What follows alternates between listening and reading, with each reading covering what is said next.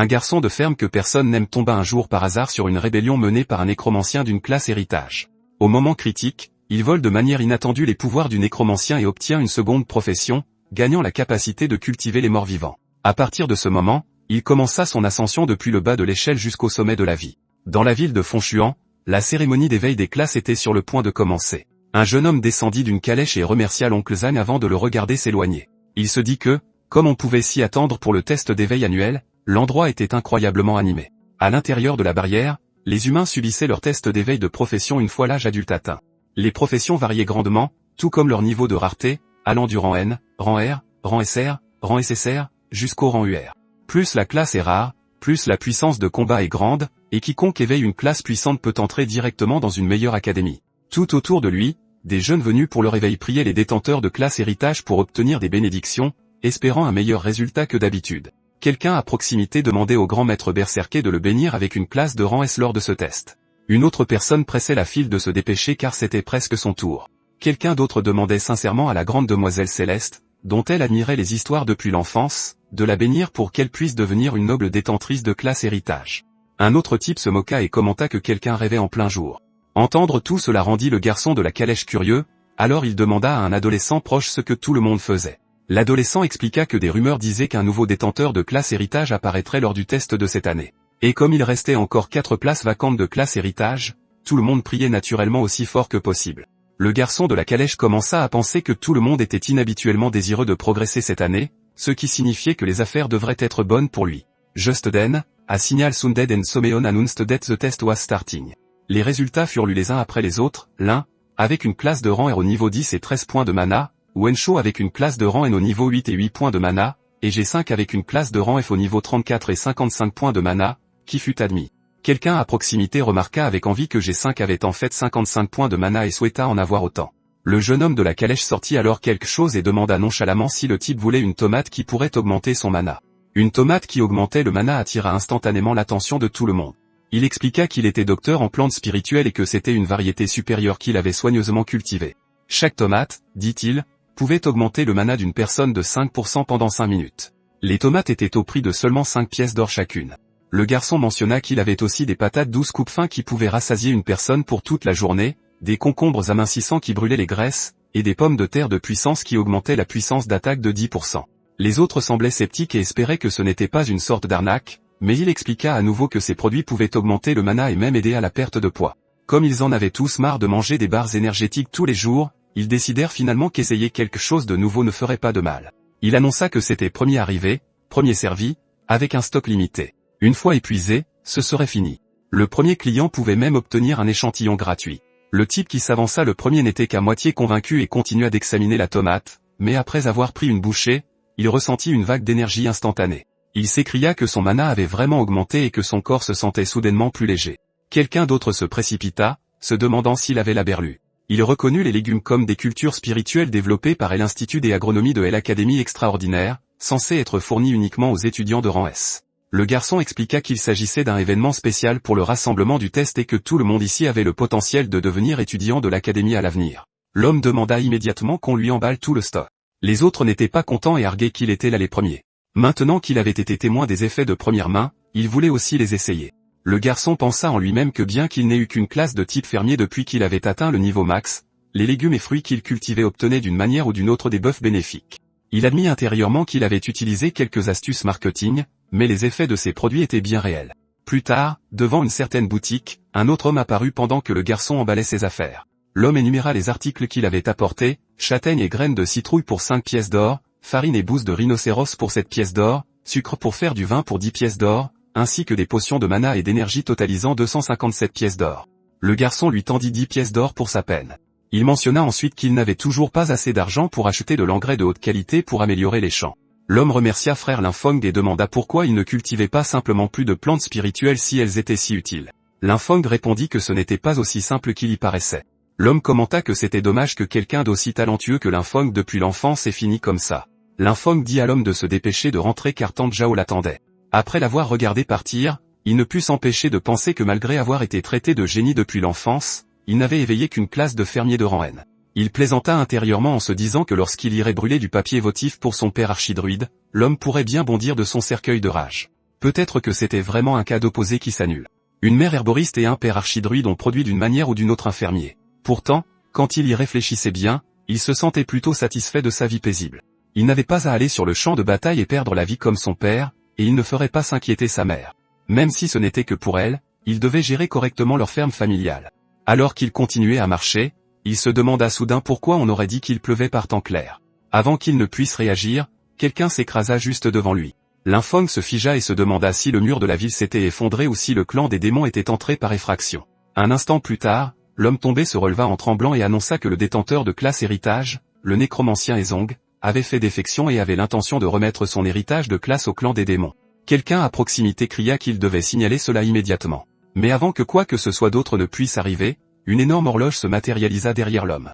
Linfeng fixa la scène, complètement stupéfait, se demandant ce qui se passait. Bon sang, et si remettre un héritage de classe au clan des démons était même possible. Une vague d'énergie balaya soudainement toute la zone. Une voix l'apostropha, le traitant d'idiot pour ne pas avoir fui et demandant s'il était pressé de mourir. L'orateur dit que s'il n'avait pas été blessé par la magie interdite, il se serait échappé de la ville depuis longtemps, et qu'une fois qu'il aurait remis son héritage de classe au clan des démons, il obtiendrait un corps immortel. Il ajouta que puisqu'il avait gagné du temps aussi longtemps, l'académie l'avait probablement déjà remarqué. Linfeng essaya discrètement de s'éclipser, pensant qu'il était clairement entré directement dans une sorte de scène de crime et devait partir avant que l'homme ne réalise qu'il était là, mais il était trop lent. L'homme l'aperçut et exigea de savoir qui avait dit qu'il avait le droit de partir. Il mentionna que la personne plutôt était le doyen de l'académie extraordinaire et qualifia sa mort de pitoyable, puis suggéra d'utiliser le sang et les os de Linfeng comme sacrifice en sa mémoire.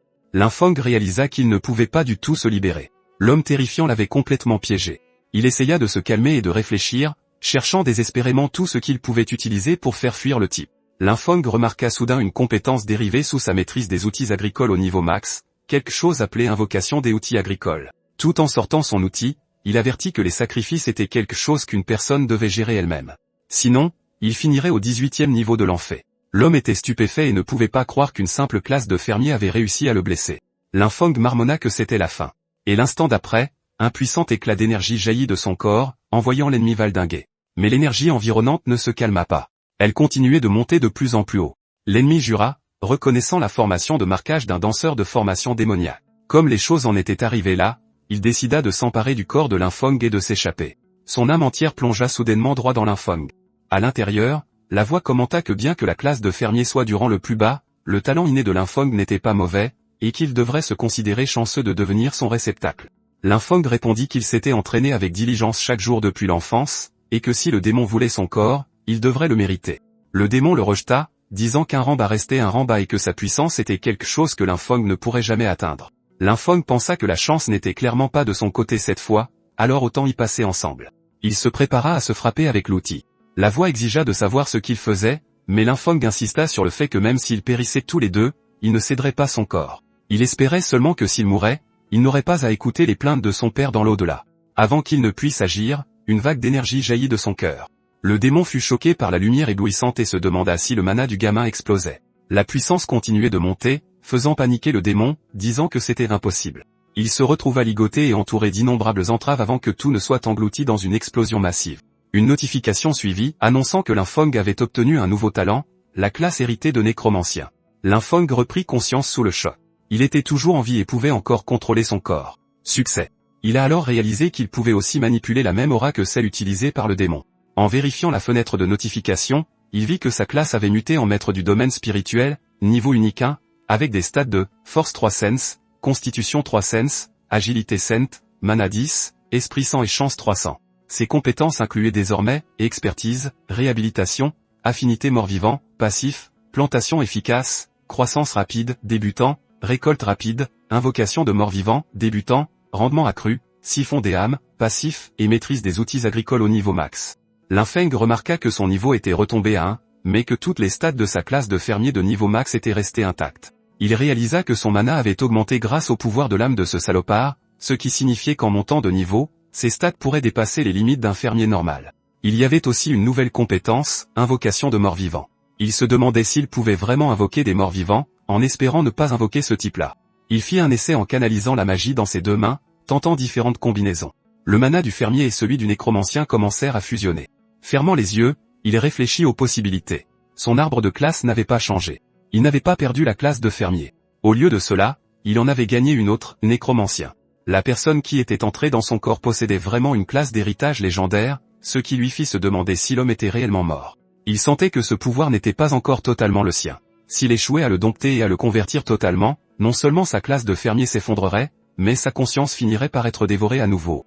Il marmonna aussi que cette lueur jaune répugnante collait vraiment au personnage. Il tenta une invocation. Un cercle magique apparut, et en sortit Ryu, le sage mort-vivant niveau 1, et Shao, la chasse sauvage morte-vivante niveau 1. Linfeng réalisa que c'était vraiment eux. Même si leur niveau avait été réinitialisé, ils avaient gardé leurs instincts de combat et pouvaient encore progresser. Il sentit l'équipe d'intervention approcher et sut qu'il devait partir immédiatement. Personne ne croirait qu'un simple fermier avait tué 2 individus extraordinaires. Et si sa situation actuelle était découverte, les conséquences pourraient être fatales. Sa priorité était de trouver un refuge avec des ressources et un terrain caché pour expérimenter ce nouveau pouvoir dangereux et concrétiser les théories de son père. Un jour plus tard, sur les terres de Linfeng, il remarqua qu'une journée entière avait passé et que l'influence du nécromancien sur sa classe ne s'était toujours pas dissipée. Une émission télévisée en arrière-plan annonçait l'anniversaire du vieux professeur d'agronomie. En utilisant sa magie sur les cultures, Linfeng observa que tout ce qui était catalysé par son nouveau pouvoir devenait bizarre, et plus ça poussait, plus c'était étrange et effrayant. Les plantes étaient devenues si étranges qu'elles attrapaient même les oiseaux en plein vol. Linfeng n'en croyait pas ses yeux. Si quelqu'un d'autre voyait ça, il penserait probablement que le clan des démons a envahi les lieux. Il décida qu'il devait s'en débarrasser sur le champ. Il réalisa plus tard que ce nouveau mana avait provoqué une mutation terrifiante sur une culture ordinaire. S'il parvenait à contrôler ce pouvoir, il pourrait cultiver les variétés uniques dont son père avait toujours rêvé, ces cultures de grande valeur capables de renforcer la classe d'une personne.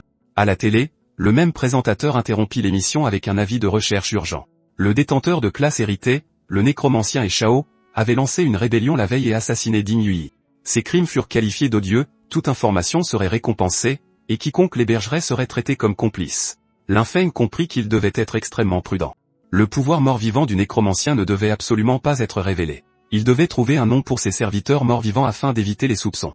Il eut soudain l'idée de les appeler des ouvriers agricoles. Son panneau de classe l'identifiait comme maître du domaine spirituel, donc avoir quelques aides était tout à fait normal. Les infos continuèrent, annonçant que pour faire face à la pression croissante du clan des démons, l'Académie extraordinaire élargissait ses inscriptions.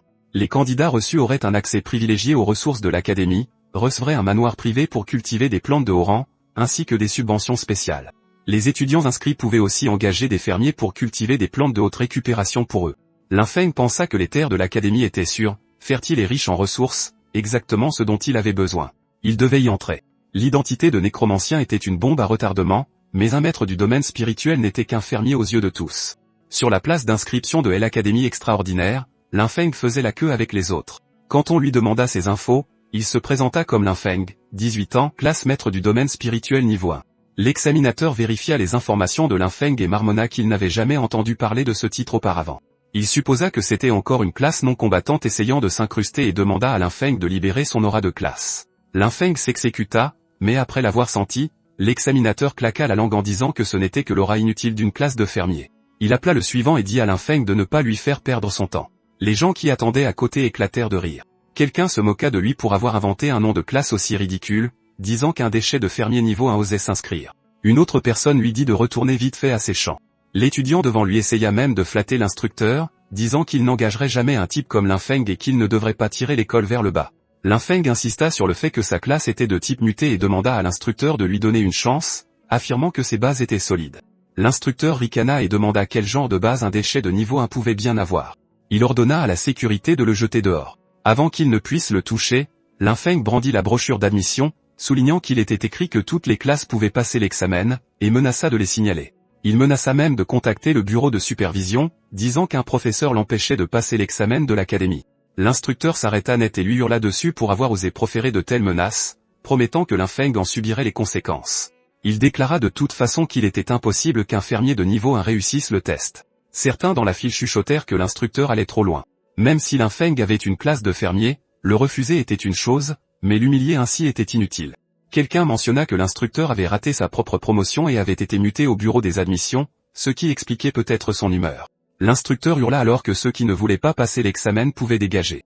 Plus tard, Linfeng fut déplacé vers une autre zone de test où l'instructeur se moqua du groupe, leur disant qu'il n'était pas trop tard pour admettre la défaite et se prosterner pour le remercier de les laisser partir. Linfeng trouva le processus trop lent. Il invoqua ses serviteurs et leur expliqua qu'attendre que les lapins tombent dans les pièges prendrait une éternité.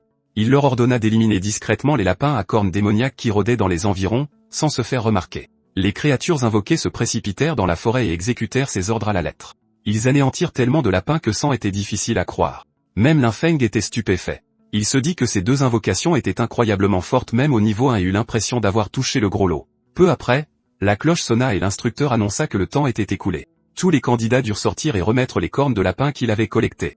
Le premier étudiant s'avança avec seulement 2 cornes et fut immédiatement recalé. Un autre arriva avec 3 et fut aussi recalé. Quelqu'un arriva les mains vides, l'instructeur le traita de déchet inutile et lui dit de partir le plus loin possible. Les gens chuchotaient qu'il y avait d'habitude plein de lapins. Pourquoi avait-il été si difficile à trouver cette fois-ci?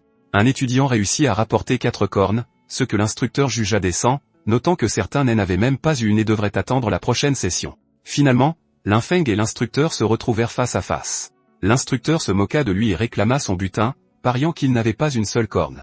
Mais Lin Feng en avait collecté tellement qu'il eut besoin d'un cercle de téléportation pour tout sortir. La pile était impressionnante. L'instructeur resta bouche bée, et même l'étudiant derrière lui ne put cacher son choc. L'instructeur compta un total de 500 cornes de lapin à cornes démoniaques. Lin Feng répéta calmement que le total était de 500 et demanda s'il voulait les recompter. L'instructeur l'accusa de tricherie. À ce moment, le directeur arriva et le coupa, le réprimandant pour avoir causé des ennuis à un enfant de cet âge et demandant qui lui avait appris un tel comportement. L'instructeur paniqua en voyant le directeur et demanda nerveusement pourquoi il était là. Le directeur répondit que s'il n'était pas venu, tous ces lapins de compagnie auraient été exterminés par quelqu'un sans éthique professionnelle. Il informa ensuite Lin Feng qu'il avait réussi l'examen préliminaire. Lin Feng s'inclina immédiatement et remercia le directeur pour son impartialité. Le directeur remarqua que Lin Feng lui semblait étrangement familier, ce qui mit ce dernier mal à l'aise. Il s'inquiéta d'avoir déjà été démasqué, la dernière chose dont il avait besoin après être arrivé jusque-là. Le directeur demanda soudain à Lin Feng quelle était sa relation avec le professeur Lin Xia. Lin Feng garda le silence un instant, soulagé que le directeur n'ait rien remarqué d'inhabituel concernant sa classe. Il répondit alors que l'un 11e était son père et demanda si le directeur le connaissait. Le visage du directeur s'illumina aussitôt, déclarant que Lin Feng était le fils d'un vieil ami. Au vu de la situation, il demanda si Lin Feng comptait s'inscrire à l'académie et s'il rencontrait des difficultés, proposant de le faire entrer par la petite porte si nécessaire. Avant qu'il ne puisse ajouter quoi que ce soit, une directrice s'approcha et lui rappela que tout le monde regardait. L'homme remarqua soudain les regards autour de lui et tenta de faire bonne figure, affirmant qu'il ne faisait que discuter. Il dit à Lin Feng que son oncle avait des affaires urgentes à régler d'abord, mais qu'une fois inscrit, il lui ferait visiter l'académie personnellement. Lin Feng ne pouvait s'empêcher de penser que le directeur pédagogique semblait incroyablement peu fiable. La directrice s'adressa ensuite aux étudiants, demandant à ceux qui avaient réussi l'examen préliminaire de la suivre.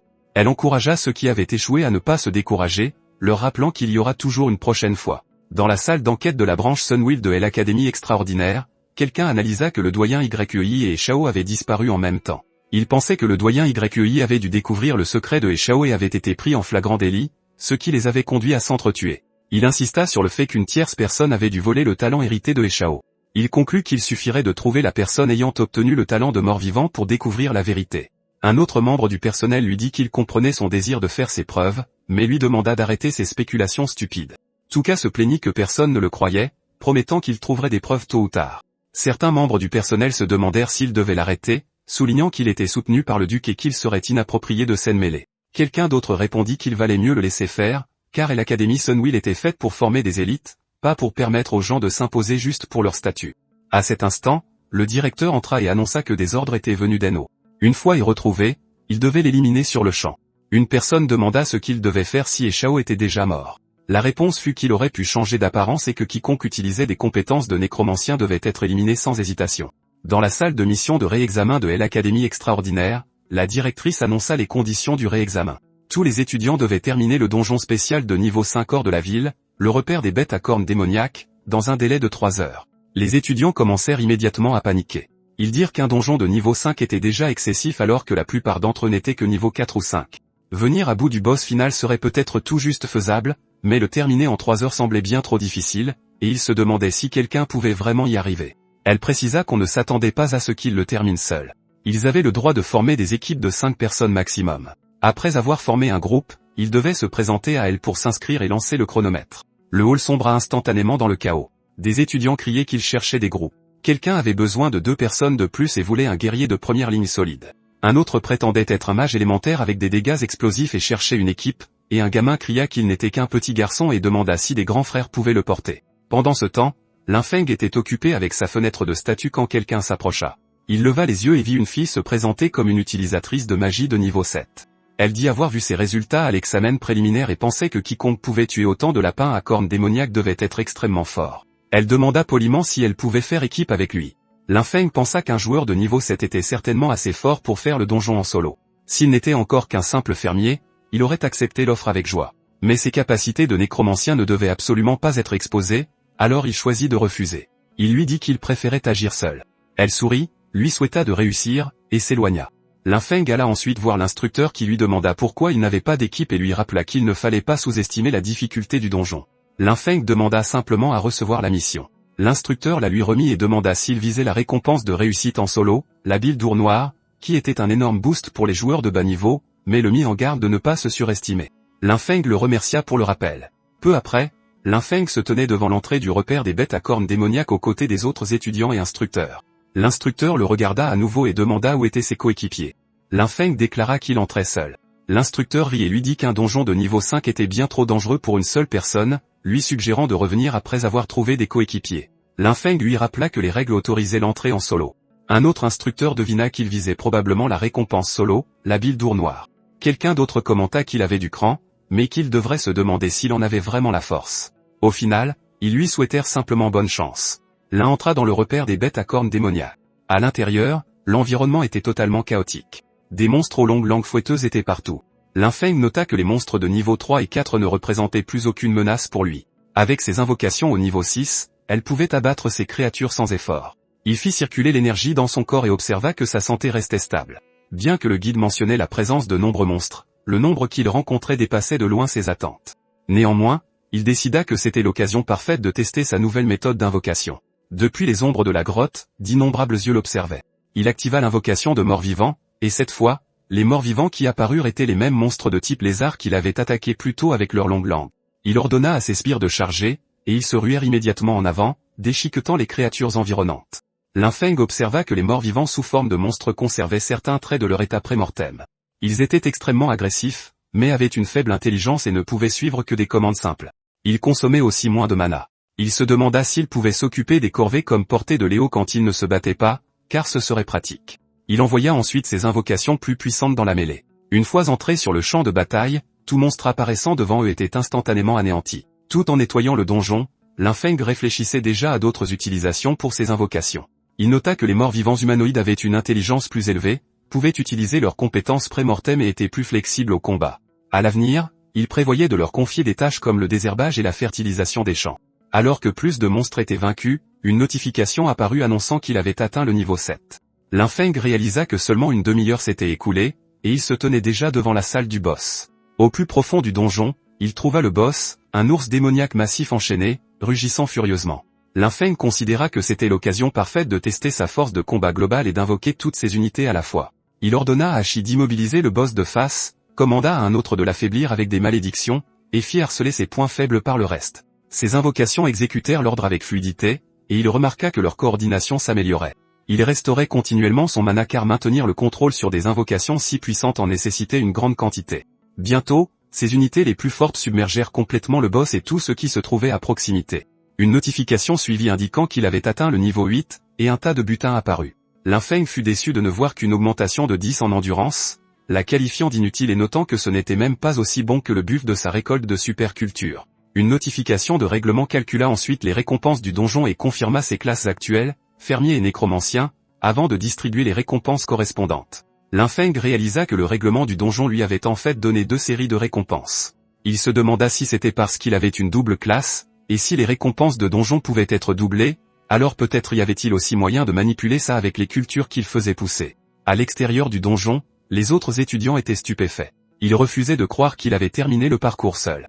Ils insistèrent sur le fait que c'était impossible et affirmèrent qu'il avait dû entrer dans la grotte juste pour la forme sans vraiment aller au fond. Quelqu'un fit remarquer qu'il était complètement propre et qu'il n'avait pas pu se battre contre une meute de bêtes démoniaques. Feng ignora les spéculations et alla directement voir l'instructeur, signalant qu'il était là pour rendre la mission. Lorsque l'instructeur vérifia les résultats, elle fut choquée qu'il ait réellement réussi et l'ait fait en solo. Feng rit et sourit simplement. L'instructeur informa Feng qu'elle soumettrait le parchemin de mission au bureau des affaires académiques. Elle lui rappela que nettoyer un donjon en solo était bien trop risqué et que si un premier année mourait juste après son entrée à l'académie, cela créerait un énorme problème. Lin Feng la remercia et dit qu'il comprenait. Elle lui dit que l'entretien final avec les instructeurs commencerait dans l'auditorium de l'académie et lui suggéra de se reposer d'abord. En sortant du bâtiment, Lin Feng a remarqué que tout le monde autour de lui le fixait. Pendant ce temps, l'instructeur espérait en silence qu'un autre prof lui apprendrait la prudence, car survivre à l'académie serait dur s'il restait aussi imprudent. Lin Feng a continué à marcher quand il a senti deux personnes le suivre. Il a commencé à préparer discrètement sa magie pendant que les deux le surveillaient de loin. L'un d'eux a chuchoté que puisqu'il avait vidé le donjon en solo, sa force n'était clairement pas banale, et il se demandait s'il ne faisait pas une erreur. Un autre a balayé l'inquiétude, soulignant que peu importe sa force, il était sous le niveau 10, donc sa puissance était limitée. Un troisième a noté que Lin Feng venait de sortir du donjon et avait dû consommer beaucoup d'énergie, et personne ne l'avait vu récupérer.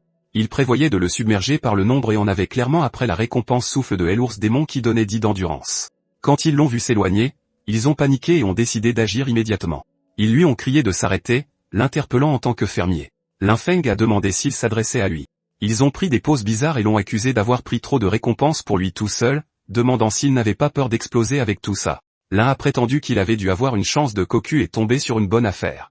Un autre a exigé qu'il remette le souffle de L-Ours démon et le parchemin de compétences. Le troisième l'a prévenu d'être raisonnable, sinon ils allaient apprendre à un fermier la puissance d'une classe de combat. Lin Feng était un peu gêné par la scène et a demandé pourquoi, parmi tous les candidats, il l'avait choisi lui. L'un d'eux a demandé s'il faisait semblant de ne pas savoir. Un autre a expliqué que la récompense exclusive pour un clear en solo, le souffle de L-Ours démon, était précieuse et ajoutait 10 d'endurance, et qu'un tel objet n'avait rien à faire entre les mains d'un fermier. Lin Feng ne revenait pas de tout ce foin. Il s'est dit que si 10 d'endurance c'était incroyable, alors les pastèques qu'il cultivait chaque été pouvaient en donner autant sans avoir à galérer dans un donjon. Il a demandé nonchalamment si l'objet dont il parlait était celui qu'il tenait. Dès qu'ils ont vu l'objet, les trois sont devenus avides et ont exigé que Lin Feng le leur donne.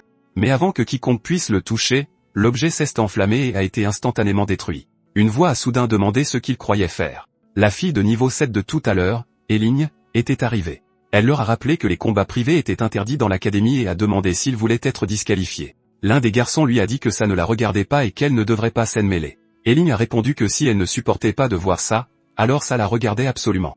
Elle les a avertis de partir immédiatement ou elle les signalerait à l'instructeur pour voir qui souffrirait le plus. Les garçons lui ont dit d'aller se faire voir et de signaler, supposant qu'elle n'aurait pas l'occasion. Puisqu'elle insistait pour protéger un fermier, il prévoyait de s'occuper d'elle aussi. Ils se sont rués en avant en déclarant qu'il allait régler ça vite fait. Lin Feng s'est demandé si elle pouvait gérer la situation toute seule. Vu qu'elle était une utilisatrice de classe niveau 7, elle devrait être assez forte pour gérer du menu fretin. Eling a suggéré qu'ils unissent leurs forces, mais quand elle s'est retournée, Lin Feng avait déjà disparu. De quelque part sur le côté, Lin Feng a lancé quelque chose en arrière et l'a remercié pour son aide, disant que l'objet était à elle maintenant. Eling a regardé, incrédule, alors que les trois ennemis chargeaient sur elle. Elle s'est demandé comment elle était passée d'aider quelqu'un à se faire dépouiller. Plus tard, dans des toilettes temporaires, Lin Feng a examiné le parchemin de compétences tombé dans le donjon et l'a trouvé inutile dans son état actuel. Il s'est demandé pourquoi et a commencé à y injecter du mana. Une notification est apparue, nouvelle compétence réalisée, culture spéciale, débutant. Consomme du mana et des matériaux pour renforcer les invocations, a une chance d'augmenter leur niveau, leur qualité ou débloquer de nouvelles compétences. Lin Feng a confirmé que ça marchait et a réalisé qu'il devait infuser le mana de ces deux classes simultanément pour l'activer. Il a invoqué ses unités et a décidé de tester la nouvelle compétence. Après avoir utilisé la culture spéciale, ces deux invocations principales sont passées au niveau 8. L-Ours à corne démoniaque a atteint le niveau 9, et l'aigle lézard à corne démoniaque est passé au niveau 7. L'un était très satisfait des résultats. Voyant la puissance de ces invocations renforcées, Lin Feng ne pouvait s'empêcher de penser que le seul bémol était de ne pas avoir de nouvelles terres pour expérimenter. Il ne voulait pas gâcher les champs à la maison juste pour tester des cultures bizarres. Il a alors aperçu la fille de tout à l'heure. Elle l'a appelé le mec à lourd démon, mais Lin Feng a simplement ri et lui a rappelé que l'objet lui appartenait. Elle a insisté qu'un truc aussi précieux ne pouvait pas être donné gratuitement, mais Lin Feng ne comprenait toujours pas pourquoi on traiterait un matériau aussi pourri comme un trésor. Elle s'est demandé si elle avait bien entendu. Pourri? Plus tard, Lin Feng s'est enfoncé dans la forêt, vérifiant les alentours pour s'assurer que personne n'était là. Il a commencé à canaliser sa magie, voulant voir quel effet la nouvelle compétence aurait sur les cultures. Une plante monstrueuse a germé, mais à première vue, elle ne semblait pas différente d'avant. Puis il a remarqué quelque chose de choquant. La culture bougeait. Il ne croyait pas ses yeux, stupéfait que les plantes puissent réellement bouger toutes seules. Pendant ce temps, un détecteur d'énergie spirituelle a enregistré des lectures inhabituelles, et quelqu'un a commencé à les pister. Tuka a senti une aura de nécromancien et s'est précipité pour enquêter, convaincu que son intuition était bonne. Il prévoyait d'éliminer la source immédiatement. Il est bientôt tombé sur Linfeng qui passait par là. Tuka l'a attrapé par l'épaule et lui a demandé s'il était fermier. Linfeng cesse de demander si un fermier avait fait du tort personnellement à Tuka ou quoi. Le dégoût a traversé le visage de Tuka alors qu'il retirait sa main. Il a exigé de savoir si Linfeng avait vu une personne suspecte dans le coin. Linfeng a été brièvement pris au dépourvu mais a répondu qu'en fait, oui. Tuka a demandé urgemment où, et Linfeng l'a pointé directement du doigt, disant que la personne était juste là. Tuka était furieux qu'un simple fermier ose dire une telle chose. Il cesse de déclarer élite de l'Académie de la Roue Solaire et neveu du duc Lion de Fer. Qu'un basique fermier soit aussi impoli envers lui était impardonnable, et il a menacé de descendre Linfeng sur le champ. Au fond des bois, le rugissement de Tuka a résonné alors que son corps commençait à se transformer. Enragé par les mots de Linfeng, il a déclaré qu'un vulgaire fermier paierait le prix fort pour une telle stupidité. Sa fureur a déclenché une transformation en forme bestiale. Sa taille a augmenté, ses muscles ont gonflé, et son aura a balayé la forêt, secouant les arbres et faisant voler les débris. Linfeng a dû se protéger le visage juste pour garder la poussière hors de ses yeux. Linfeng a alors murmuré goutte à ça en repensant à la façon dont la conie de son champ avait été accidentellement corrodée par le mana mort-vivant et avait gagné un effet paralysant. La dernière fois qu'il en avait essayé lui-même, il avait été engourdi et incapable de bouger pendant une journée entière. Réduit en poudre, ce truc fonctionnait parfaitement comme anesthésiant naturel. Il a jeté la poudre vers la bête enragée. Tuka, aveuglé par la colère, l'a inhalé sans s'en rendre compte. En quelques instants, sa vision s'est troublée, ses membres ont faibli et le vertige l'a frappé de plein fouet. Il n'arrivait pas à croire que sa force se vidait soudainement. Tuka a exigé de savoir quelle méthode Linfeng avait utilisée. Linfeng restait là calmement, se pinçant le nez pour ne pas inhaler la poudre lui-même. Il a expliqué que c'était juste de la poudre d'aconie, un truc qu'on trouve couramment dans les champs, ces endroits même que Tuka prétendait mépriser. Et maintenant, ce simple matériau de fermier avait complètement mis à terre le neveu du duc. Linfeng a demandé s'il croyait toujours que les fermiers étaient inutiles. Si c'est le cas, il l'a traité d'idiot, disant que les fermiers pouvaient faire plein de trucs dingues, parfois plus que les classes de combat, et pouvaient même les battre. Puis, alors que Tuka gisait paralysé, Linfeng s'est approché et lui a collé une droite solide en pleine tête de bête. Plus tard, quand la transformation a fini par se dissiper, on a vu Tuka solidement attaché à un arbre. Linfeng lui a dit que s'il ne pouvait même pas battre un fermier, alors il n'avait aucun droit de se faire appeler une élite. Il a dit qu'il le laisserait là pour se calmer et que quand quelqu'un finirait par le trouver, il devrait considérer ça comme une leçon. Soudain, une annonce à toute l'académie a appelé tous les candidats à se rassembler à l'auditorium pour l'entretien avec les instructeurs. Linfeng a réalisé que l'entretien commençait et est parti en courant, sachant qu'il ne pouvait absolument pas rater ça. Devant l'auditorium de l'Académie extraordinaire, la foule s'était rassemblée. Beaucoup de candidats n'étaient même pas intéressés par les études. Ils n'étaient là que pour les filles, rêvant d'une vie luxueuse et insouciante entièrement financée par leur famille, profitant de tout sans effort ni responsabilité. Avant que la vraie vie n'écrase leurs rêves, les fils à papa devant l'auditorium continuent de cancaner alors que Linfeng passe. Quelqu'un murmure que c'est lui qui a nettoyé le donjon de niveau 5 en solo. Un autre prétend qu'il ne sait que fuir et vivre au crochet d'une femme. Quelqu'un d'autre dit qu'il est bien pire que Siki et Bogu. Un autre ajoute que même si Linfeng est fort comparé aux candidats normaux, lui est une élite de niveau 5, donc l'avantage est clairement pour lui. Elin s'approche de Linfeng et tente de lui rendre l'objet, insistant sur le fait qu'elle ne veut pas le garder. Linfeng répète qu'elle devrait le garder. Il n'a aucune utilité. Il grignote nonchalamment quelque chose, et une notification apparaît. Constitution temporaire +2.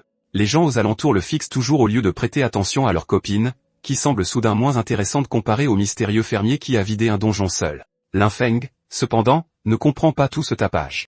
Il se demande pourquoi tout le monde traite une telle camelote comme un trésor et s'ils sont tous idiots. À l'intérieur de l'auditorium, des rangées d'instructeurs sont assises derrière de longues tables. L'un d'eux annonce que durant l'entretien, si les instructeurs choisissent leurs élèves, les élèves choisissent aussi leurs instructeurs. Ils sont censés assurer le succès de l'un et de l'autre. Les élèves dont les noms sont appelés doivent s'avancer. Le premier candidat appelé est Shiyan. Il s'avance, se présente comme un guerrier d'attributaire de niveau 6, et démontre sa capacité en invoquant une armure de pierre. Une aura jaillit autour de lui, et son armure de pierre semble solide. Impressionnant, bien que ce ne soit rien comparé au Master Chief. Un instructeur hoche la tête en signe d'approbation et se présente comme un berserker de terre de niveau 44, demandant si Shiyan le voudrait comme instructeur. Shiyan accepte immédiatement, vibrant presque d'excitation. Ensuite, le nommé Wu est appelé, puis Linfeng. Il se lève et marche vers le jury. Mais même maintenant, les gens autour continuent de le fixer avec ce même mélange épais de jalousie, de suspicion et de haine.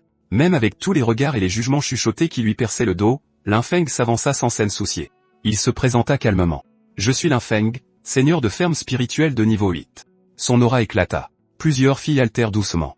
L'une chuchota qu'atteindre le niveau 8 à son âge était impressionnant. Une autre fit remarquer qu'il n'était toujours qu'un fermier et qu'elle ne s'intéressait pas aux fermiers. Un gars se moqua en disant que l'Académie extraordinaire existait pour former des élites pour le front, pas pour élever des gens ordinaires en futur chair à canon. Un autre instructeur essaya de calmer la tension montante, notant que les résultats des tests préliminaires et de retest de Linfeng étaient tous deux excellents, donc il avait clairement des compétences et du talent. Le directeur s'éclaircit la gorge et suggéra de mener une évaluation des capacités de combat puisque les avis divergeaient tant. Tous les instructeurs furent immédiatement d'accord. Une femme approuva d'un simple signe de tête, et un autre instructeur marmonna que ça lui était égal. Il voulait juste rentrer chez lui et manger quelque chose de bon. Le directeur se tourna vers Linfeng et demanda s'il était disposé. Il lui rappela que le but ultime de l'entraînement ici était d'envoyer des talents sur le front contre le clan des démons. Sans potentiel de combat, rejoindre le front ne résulterait qu'en un sacrifice inutile. L'esprit de Linfeng s'emballa, un test de capacité de combat. En ce moment, se battre ouvertement risquerait de révéler ses capacités de nécromancien, chose qu'il ne pouvait absolument pas permettre. Il devait être extrêmement prudent. Pour l'instant, il se força à afficher un sourire plaisant, cachant toute trace de malaise, et dit qu'il acceptait. Plus tard, dans une clairière temporaire dans l'enceinte de l'auditorium, tout le monde se rassembla pour regarder. L'examinateur, un puissant instructeur, se tenait face à Linfeng. Il expliqua que le test était simple, tenir 5 minutes contre lui pour prouver qu'il avait un potentiel de combat. Dès qu'il activa son pouvoir, le sol trembla. Son aura jaillit vers l'extérieur comme une tempête. Les étudiants qui regardaient fléchirent sous la pression. Beaucoup furent forcés de se mettre à genoux, incapables de supporter le poids de sa force spirituelle. Ils chuchotaient avec admiration, demandant si c'était vraiment la pression de quelqu'un au-dessus du niveau 40. Tout le monde dans le public se figea soudainement. À travers la pression écrasante d'un instructeur de niveau 44, ils virent quelque chose qui leur fit tomber la mâchoire. Un petit fermier normal était toujours debout là. Il ne tremblait pas, n'était pas à genoux, ne cherchait pas son souffle comme tous les autres. Il s'inclinait simplement légèrement tout en prenant une pose étrangement similaire à Iron Man chargeant ses répulseurs. Quelqu'un chuchota avec incrédulité que le gars agissait comme si de rien n'était. L'instructeur sembla impressionné et le loua, disant que rien que pour sa persévérance, il aurait une haute estime de lui. Il encouragea Linfeng à utiliser toutes ses capacités et à attaquer à pleine puissance. En entendant cela, Linfeng passa à l'action. Il admit intérieurement que la pression d'un expert de niveau 44 était en effet terrifiante, mais restait dans ses cordes pour le moment. Il rassembla du mana dans ses mains, formant un orbe lumineux, et s'écria « Sortez mes serviteurs ». Enveloppé dans des fils spiralés de mana naturel, l'invocation de mort-vivant commença à se matérialiser. L'un se sentit soulagé. Ça a marché. Masquer les créatures mortes vivantes avec du mana naturel cachait efficacement leur aura de nécromancien. C'était la seule façon pour lui d'invoquer en toute sécurité sans exposer ses capacités interdites. Une vague silhouette d'ours en forme de chou émergea en premier. Linfeng pensa que, honnêtement, qui devinerait jamais que cet ours à tête de chou était en fait un mort-vivant. Lorsque l'invocation se termina, le public halta. Ils commentèrent que cela ressemblait à une variante de classe rare, s'émerveillant de la richesse du mana naturel entourant la créature. L'intérêt crépitait à travers la foule. Ils voyaient enfin quelque chose d'inhabituel. L'instructeur tira ses lames, toutes deux couvertes de leur propre aura flamboyante. L'invocation et l'instructeur se tenaient face à face. L'instructeur n'avait aucune idée de quel genre de monstre il s'apprêtait à combattre. Les deux chargèrent l'un vers l'autre à pleine vitesse, et leur choc envoya des ondes de choc d'aura ondulées à travers la clairière. L'instructeur commença à attaquer sauvagement, hurlant alors qu'il avançait. L'invocation chancela sous le barrage, montrant des signes de fatigue. Observant depuis la touche, le directeur commenta que l'invocation était remarquablement loyale. Toute autre créature invoquée aurait été désinvoquée de force après avoir subi autant de dégâts, mais celle-ci continuait obstinément d'avancer, donnant même des coups de poing. L'instructeur esquiva, et le directeur fit claquer sa langue de déception, se demandant si le vieux G, l'instructeur, était simplement trop faible. Il ne comprenait pas pourquoi le combat semblait si peu impressionnant du côté du vieux G. Pendant ce temps, Linfeng restait complètement calme. Il connaissait la vérité. Ce sont des morts vivants. Ils ne ressentent pas la douleur, et ils ne font pas d'histoire. Ces blessures superficielles ne prennent qu'un tout petit peu de mana pour guérir. C'est pour ça qu'ils s'en fichent. L'instructeur pensait qu'il voulait juste frimer devant les étudiants à l'origine, mais il ne s'attendait pas à ce que Linfeng soit en fait plutôt talentueux. Le regard déçu sur le visage du directeur était insupportable, alors il décida qu'il devait utiliser quelque chose de sérieux. Il dit à Linfeng de ne pas s'inquiéter et qu'il le dédommagerait plus tard pour l'invocation détruite. Puis il lui dit de regarder attentivement. Normalement, les invocateurs devaient payer un prix pour former des contrats avec leurs créatures. Une fois l'invocation morte, le contrat prenait fin, fini, parti pour de bon. C'était de notoriété publique. L'instructeur activa la compétence de Berserker, soif de sang, et d'un coup de poing massif, l'invocation morte-vivante fut projetée en arrière. Sa forme se fissura comme de la pierre brisée puis se dissipa, disparaissant complètement. L'instructeur se tenait là, suffisant, les bras croisés, visiblement satisfait de lui-même. Il annonça avec assurance que Linfeng devait être anéanti d'avoir vu son invocation détruite, et qu'il pouvait pleurer un bon coup. Il aimait les étudiants qui montraient de vraies émotions. Dans l'imaginaire de l'instructeur, Linfeng reniflait déjà comme un pauvre petit fermier dont on avait cassé le jouet, mais la réalité était tout autre. Linfeng se tenait là, totalement inexpressif, ni triste, ni paniqué, ni même légèrement dérangé. Son visage était si illisible que personne ne pouvait deviner ce qu'il pensait. L'instructeur était confus. Il se demandait si Linfeng était tellement submergé par la tristesse qu'il en était devenu insensible. Cependant, l'instant d'après, d'innombrables lianes jaillirent de sous les pieds de Linfeng. Elles s'élancèrent comme des serpents, fonçant droit sur l'instructeur et le ligotant fermement avant même qu'il ne puisse cligner des yeux. Choqué, il hurla de colère, exigeant de savoir ce qu'il se passait et accusant Linfeng de jouer salement avec autant d'invocations. Les lianes se resserrèrent jusqu'à ce que l'instructeur se débatte, puis soudain, avec un cri furieux et une vague de puissance, il les brisa. Le directeur intervint enfin, leur ordonnant à tous deux d'arrêter. Il déclara que Linfeng avait fait ses preuves et qu'il était qualifié pour devenir étudiant à l'Académie extraordinaire. Cependant, il ajouta que tous les instructeurs de type nature étaient actuellement déployés sur le champ de bataille, donc personne n'était disponible pour enseigner à Linfeng pour le moment. Linfeng posa immédiatement la question la plus importante. Et pour mes ressources de cultivation alors? Le directeur assura à Linfeng que l'Académie ne déduirait jamais les ressources de cultivation de quiconque. Tout serait distribué normalement selon les standards. Il ajouta que comme Linfeng avait eu des résultats exceptionnels à l'examen, il avait le droit de faire une requête spéciale. En entendant cela, Linfeng eut l'impression que le ciel s'ouvrait à lui. Liberté et ressources? Un véritable paradis. Alors il dit immédiatement, dans ce cas, je veux un lopin de terre. Le directeur cligna des yeux.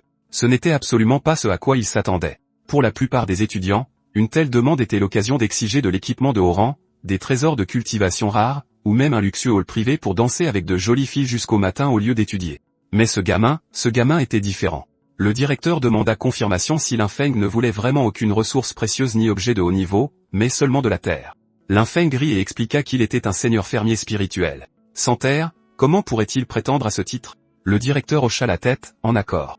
Il dit à Linfeng qu'il y avait une friche d'entraînement abandonnée à l'ouest de la ville, inutilisée depuis longtemps. Il accorda à Linfeng la permission de l'utiliser comme bon lui semblait. C'était exactement ce que Linfeng espérait. Il remercia sincèrement le directeur. Les instructeurs lui dirent ensuite d'aller se reposer en coulisses. Plus tard, dans une pièce calme, le dossier de Linfeng était posé sur une table. Un instructeur le parcourut et murmura que seigneur fermier spirituel était une classe plutôt intéressante. Une instructrice entra précipitamment et dit au directeur qu'elle avait quelque chose d'important à signaler. Le directeur demanda ce que c'était. Elle lui tendit un objet ressemblant à un parchemin délicat. Quand il l'ouvrit, le contenu fut choquant. Le rapport confirmait que Tuka, un membre de leur équipe d'investigation à la recherche de Echiao, avait été assassiné par un nécromancien. Son corps avait été découvert non loin de l'auditorium. Le rapport indiquait qu'il soupçonnait un nécromancien d'avoir infiltré l'académie.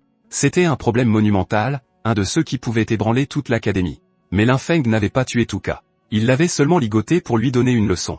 Celui qui avait fini le travail avait délibérément piégé Linfeng. Et dans un endroit où tout le monde méprisait déjà les fermiers, on sait exactement qui il pointerait du doigt en premier. Alors je me demande ce qui va se passer ensuite. Dans la friche d'entraînement à l'ouest de la ville, Linfeng marchait sur le sol stérile en vérifiant le papier qu'il tenait. Il confirma à voix haute que c'était bien l'endroit mentionné, la friche d'entraînement à l'ouest de la ville de Fanshuan. Une douce lueur verte se forma dans sa paume alors qu'il activait le sort d'attribution de terre. Une notification apparut, 100 mu de terrain des entraînements à l'ouest de la ville de Fanshuan. Propriétaire, Académie extraordinaire. Contrat de location temporaire, 1 an. Barrière d'exclusion. Activé, étudiant Linfeng uniquement.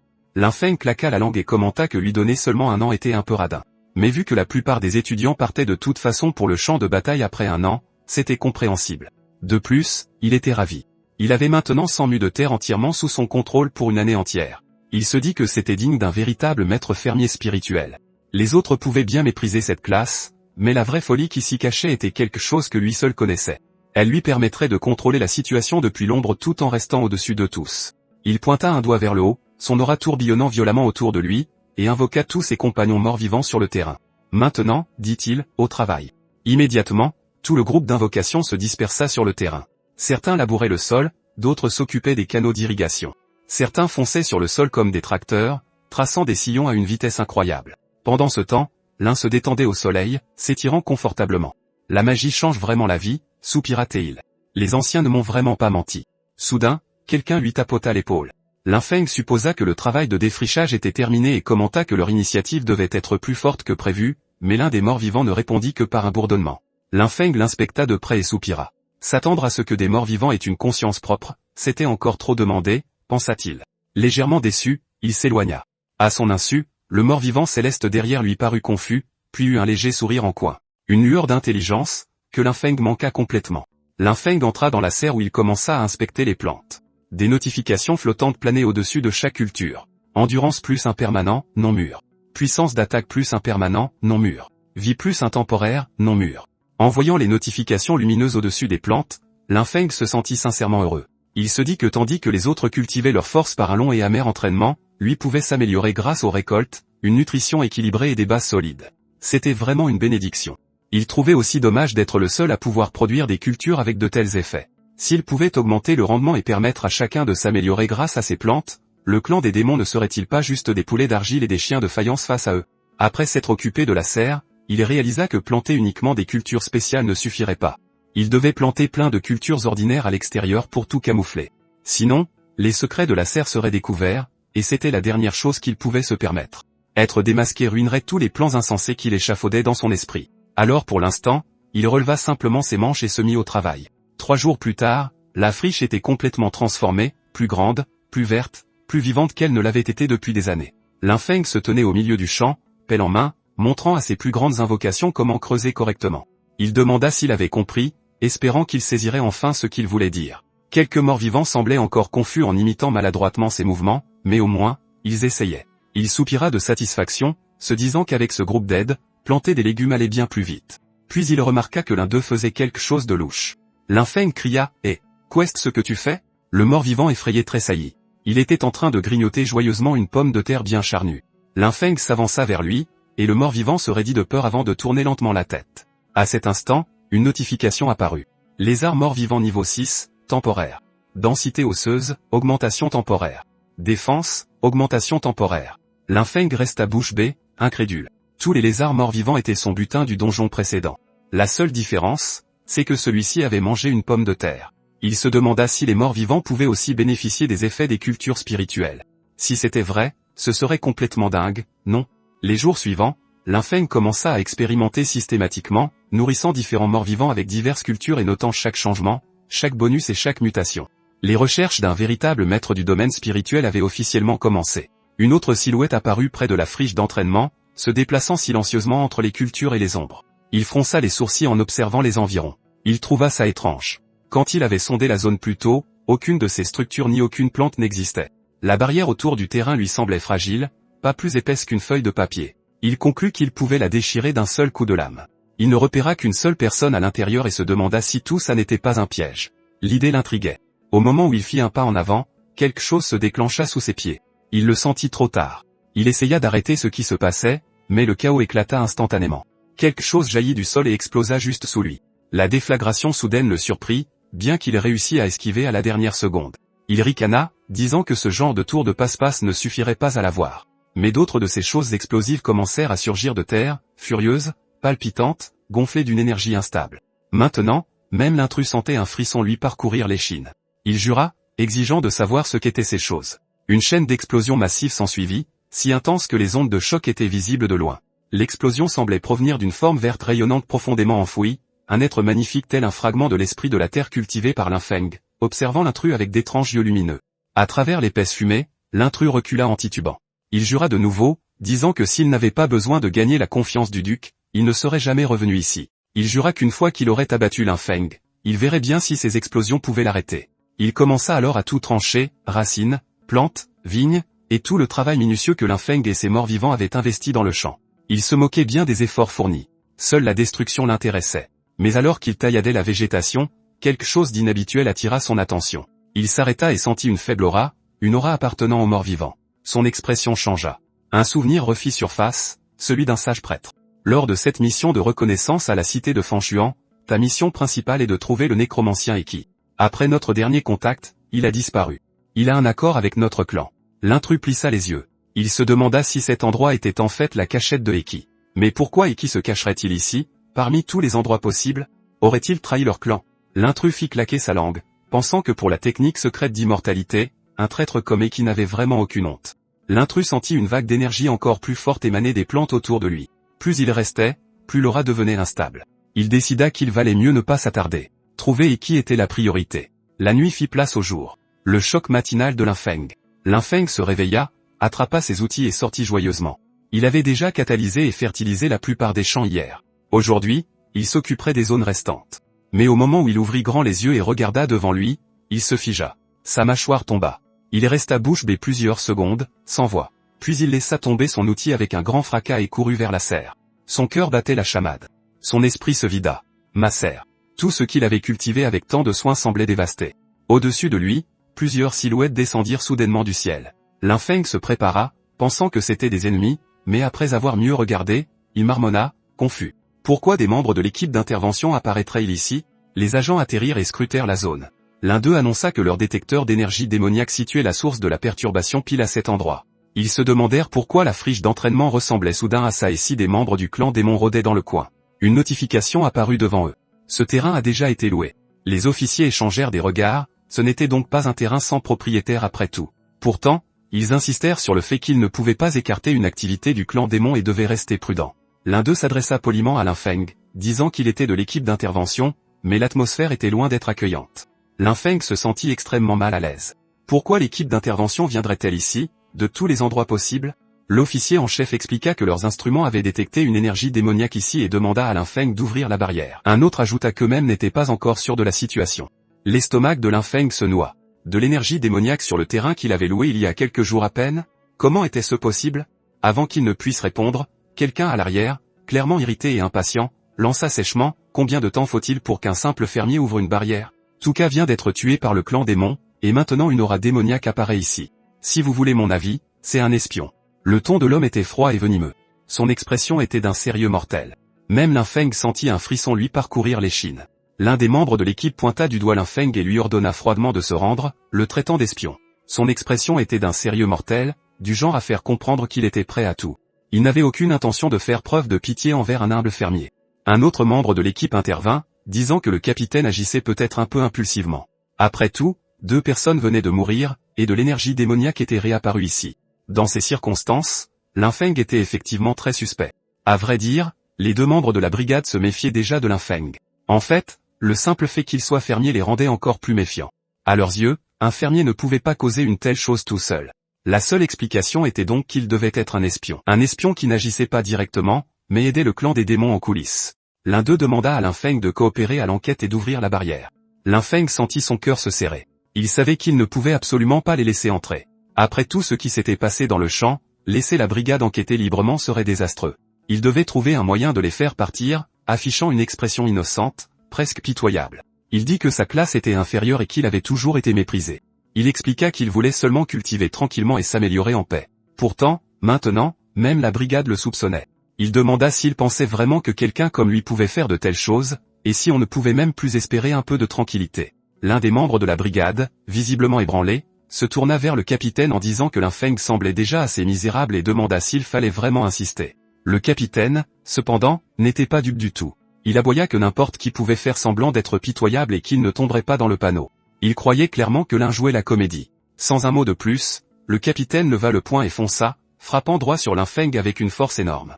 Il ne se retenait pas du tout, soit parce qu'il se fichait que Linfeng soit un fermier, soit parce qu'il croyait que Linfeng était bien plus fort qu'il n'en avait l'air. Si Linfeng avait vraiment été un fermier ordinaire, ce coup de poing l'aurait estropié sur le champ. Mais au lieu de cela, Linfeng attrapa le poing du capitaine. Linfeng réalisa immédiatement que quelque chose clochait. Il avait trop augmenté sa constitution. Normalement, il n'aurait rien senti du tout, mais là, il devait faire semblant. Donc, même s'il avait déjà arrêté le poing du capitaine, il recula délibérément en titubant, comme s'il avait été frappé brutalement. Le capitaine le fixa, incrédule. Il marmonna qu'il avait mis tant de force dans ce coup, et pourtant Linfeng était encore en vie. Quelque chose ne tournait pas rond. Peu importe à quel point Linfeng essayait d'avoir l'air pitoyable, les soupçons du capitaine ne faisaient que grandir. À ce stade, on aurait dit qu'il voulait vraiment la mort de Linfeng.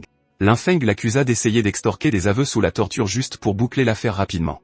Il en rajouta dans son jeu, ressemblant à un petit fermier opprimé et misérable. Cette fois, un autre membre de la brigade finit par craquer. Il attrapa le bras du capitaine et lui dit de se calmer.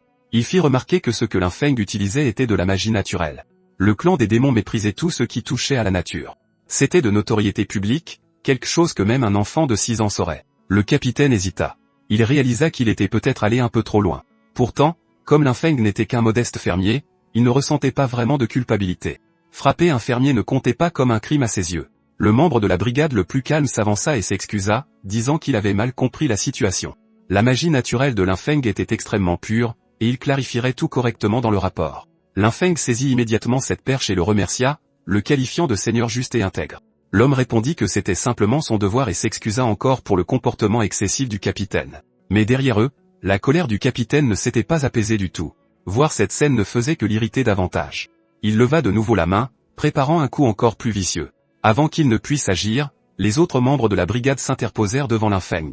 Ils refusaient de laisser se produire une autre injustice et firent clairement comprendre qu'ils ne le laisseraient pas franchir la ligne à nouveau. Cela ne fit qu'enrager le capitaine davantage. Mais avec sa propre équipe contre lui, il n'avait pas le choix. Avec un reniflement froid, il monta sur son dragon et partit. Linfeng les regarda disparaître au loin et soupira intérieurement. C'était problématique. Se contenter de cultiver ne suffisait clairement plus. Il avait besoin d'un vrai pouvoir, un pouvoir pour se protéger. Juste à ce moment-là, un oiseau en papier volta devant lui et parla d'une voix claire. Première année Linfeng, veuillez vous rassembler demain matin sur le terrain d'exercice de l'académie pour participer à l'évaluation des capacités et au combat de classement des nouveaux étudiants. Le message se terminait par un rappel ferme que toute absence était interdite, tamponné par le bureau des affaires académiques de l'Académie extraordinaire. Après l'avoir lu, Linfeng poussa un long soupir. Il se demandait pourquoi vivre une vie paisible était si difficile. Les ennuis s'accumulaient les uns après les autres, comme si le monde était déterminé à ne pas le laisser faire profil bas un seul instant. Ailleurs, deux silhouettes observaient silencieusement.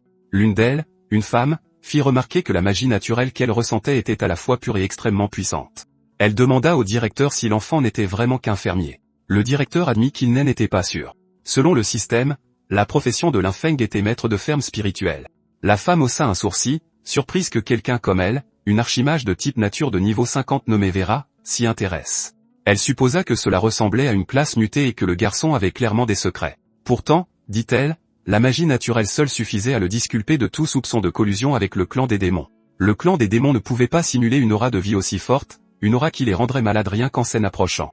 Le directeur approuva, disant que certaines personnes devraient se calmer maintenant. Il ajouta que le vrai spectacle ne faisait que commencer. Une aura les enveloppa tous les deux, et ils disparurent de la vue, ayant déjà obtenu ce qu'il était venu chercher. Plus tard, sur le terrain d'exercice des premières années de l'Académie extraordinaire, une foule d'étudiants se rassembla, bourdonnante de plaintes. Quelqu'un demanda pourquoi il y avait un autre test alors que les entretiens et la sélection des instructeurs étaient déjà terminés. Un autre se plaignit que l'Académie semblait leur imposer test après test sans aucune logique. Quelqu'un d'autre prétendit avoir des infos confidentielles et taquina les autres pour dire aussitôt qu'ils ne diraient rien. Linfeng se tenait tranquillement parmi eux, indifférent à ce qu'il considérait comme des divagations inutiles d'une bande d'idiots. Bientôt, une instructrice arriva et ordonna à tout le monde de se taire. Elle reconnut qu'ils avaient tous des questions, notamment sur la raison d'une évaluation générale après les entretiens avec les instructeurs. Elle expliqua que des renseignements militaires urgents étaient arrivés du front la veille. L'offensive du clan des démons s'était intensifiée, et la forteresse à l'extérieur de la troisième barrière était maintenant en danger critique. L'Académie avait reçu l'ordre direct d'envoyer immédiatement un contingent de forces vives en renfort. Les étudiants étaient stupéfaits. L'un d'eux lâcha, incrédule, qu'ils venaient juste de s'inscrire et qu'on les envoyait déjà vers le front. Un autre étudiant protesta qu'on leur avait dit qu'il allait d'abord étudier et cultiver. L'instructrice répondit calmement que si le nid est renversé, comment les œufs peuvent-ils rester intacts? Si la forteresse tombait, la lance du clan des démons pointerait droit sur la ville de Fongchuan. À ce moment-là, demanda-t-elle, pensait-il vraiment pouvoir encore cultiver paisiblement au sein de l'académie? Elle précisa clairement que ce n'était pas une demande. C'était une conscription. À l'heure où l'humanité était en péril, personne n'avait le droit de rester à l'écart. La foule tomba dans le silence. Un petit étudiant appela avec hésitation la fille à côté de lui. Mais avant qu'il ne puisse finir, Linfeng se tenait déjà tranquillement tout près. La fille rassura doucement le garçon, bien qu'elle ne pût s'empêcher de penser à Linfeng. Il était clairement exceptionnel. Elle se demandait s'il serait sélectionné pour la conscription. L'instructeur ordonna alors à tous les premières années de suivre les instructions et d'entrer sur le terrain d'entraînement pour l'évaluation pratique du combat. Alors que les autres se précipitaient avec ardeur, Linfeng restait en retrait, pensant qu'en tant que fermier, il ne serait probablement pas envoyé au front à ce stade. Sinon, tous ses projets agricoles seraient complètement chamboulés. Bientôt, Linfeng se retrouva face à une adversaire féminine. Elle fit remarquer qu'elle avait entendu dire que le maître du domaine spirituel était doué pour se cacher. Prenant une pause dramatique, elle déclara qu'il finirait en cendres sous ses flammes. Le feu jaillit sous ses pieds, la soulevant dans les airs tandis que des vagues brûlantes se propageaient alentour. Son attaque était rapide et féroce, mais Linfeng l'esquiva tout de même sans effort. Il fit remarquer que c'était trop lent et que sa condensation magique était insuffisante. Il ajouta même que son feu ne suffirait pas à rôtir les patates douces de son champ. Cette remarque la rendit furieuse. Elle recommença immédiatement à incanter, invoquant un esprit du feu supérieur. Les flammes éclatèrent encore plus violemment cette fois, mais Linfeng n'avait aucune envie de voir ce dont elle était capable d'autre. Il voulait juste que le match se termine rapidement. Il s'avança et frappa, soulignant que sa préparation était bien trop longue et que de telles techniques ne marcheraient jamais en combat réel. Elle fut projetée au loin. Le résultat fut annoncé. Lin Feng était le vainqueur. Les batailles s'enchaînèrent. Lin Feng contre Ryan. Lin Feng contre Zomo. Lin Feng contre Lin Zixi. Lin Feng contre Luna. Lin Feng contre Bémul. Lin Feng contre Gramble. Lin Feng remporta absolument tous les matchs. Après tant de victoires consécutives, il se dit finalement que cela devrait être largement suffisant. Si ça continuait comme ça, il estima qu'il pouvait se permettre de perdre les prochains combats. Une femme s'approcha de Lin Feng et lui dit qu'avec son talent et son potentiel actuel, il était tout à fait qualifié pour viser plus haut. Lin Feng la remercia poliment, même s'il n'avait honnêtement aucune idée de ce que signifiait ce « viser plus haut ». Elle expliqua qu'en cumulant des crédits et en réussissant d'autres évaluations, il pourrait accéder à l'Académie de la Roue Solaire, de niveau supérieur. Là-bas, il aurait accès à de meilleures méthodes de cultivation et à des instructeurs plus forts, et pourrait même obtenir des armes légendaires ou de puissantes montures de bêtes démoniaques. Lin Feng la remercia encore, mais dit qu'il n'avait pas vraiment besoin de tout ça. Après tout, il avait déjà vu des dragons voler. Ces choses-là ne l'impressionnaient plus beaucoup. La femme fut interloquée et demanda ce qu'il voulait réellement si rien de tout cela ne l'intéressait. Lin Feng pointa calmement du doigt et dit qu'il voulait seulement un terrain meilleur et plus grand où il pourrait cultiver en paix. Cette réponse la choqua. Elle précisa qu'elle parlait de son but ultime, de ce qu'il comptait faire après avoir fini de cultiver ses terres. Lin Feng répondit qu'il prévoyait de cultiver plus de terres, de permettre à plus de gens d'avoir des terres à cultiver, et de faire en sorte que quiconque voulait cultiver puisse le faire. Vera était visiblement surprise. Elle se dit que cet enfant voulait en fait défricher des terres à grande échelle et trouva son ambition étonnamment énorme.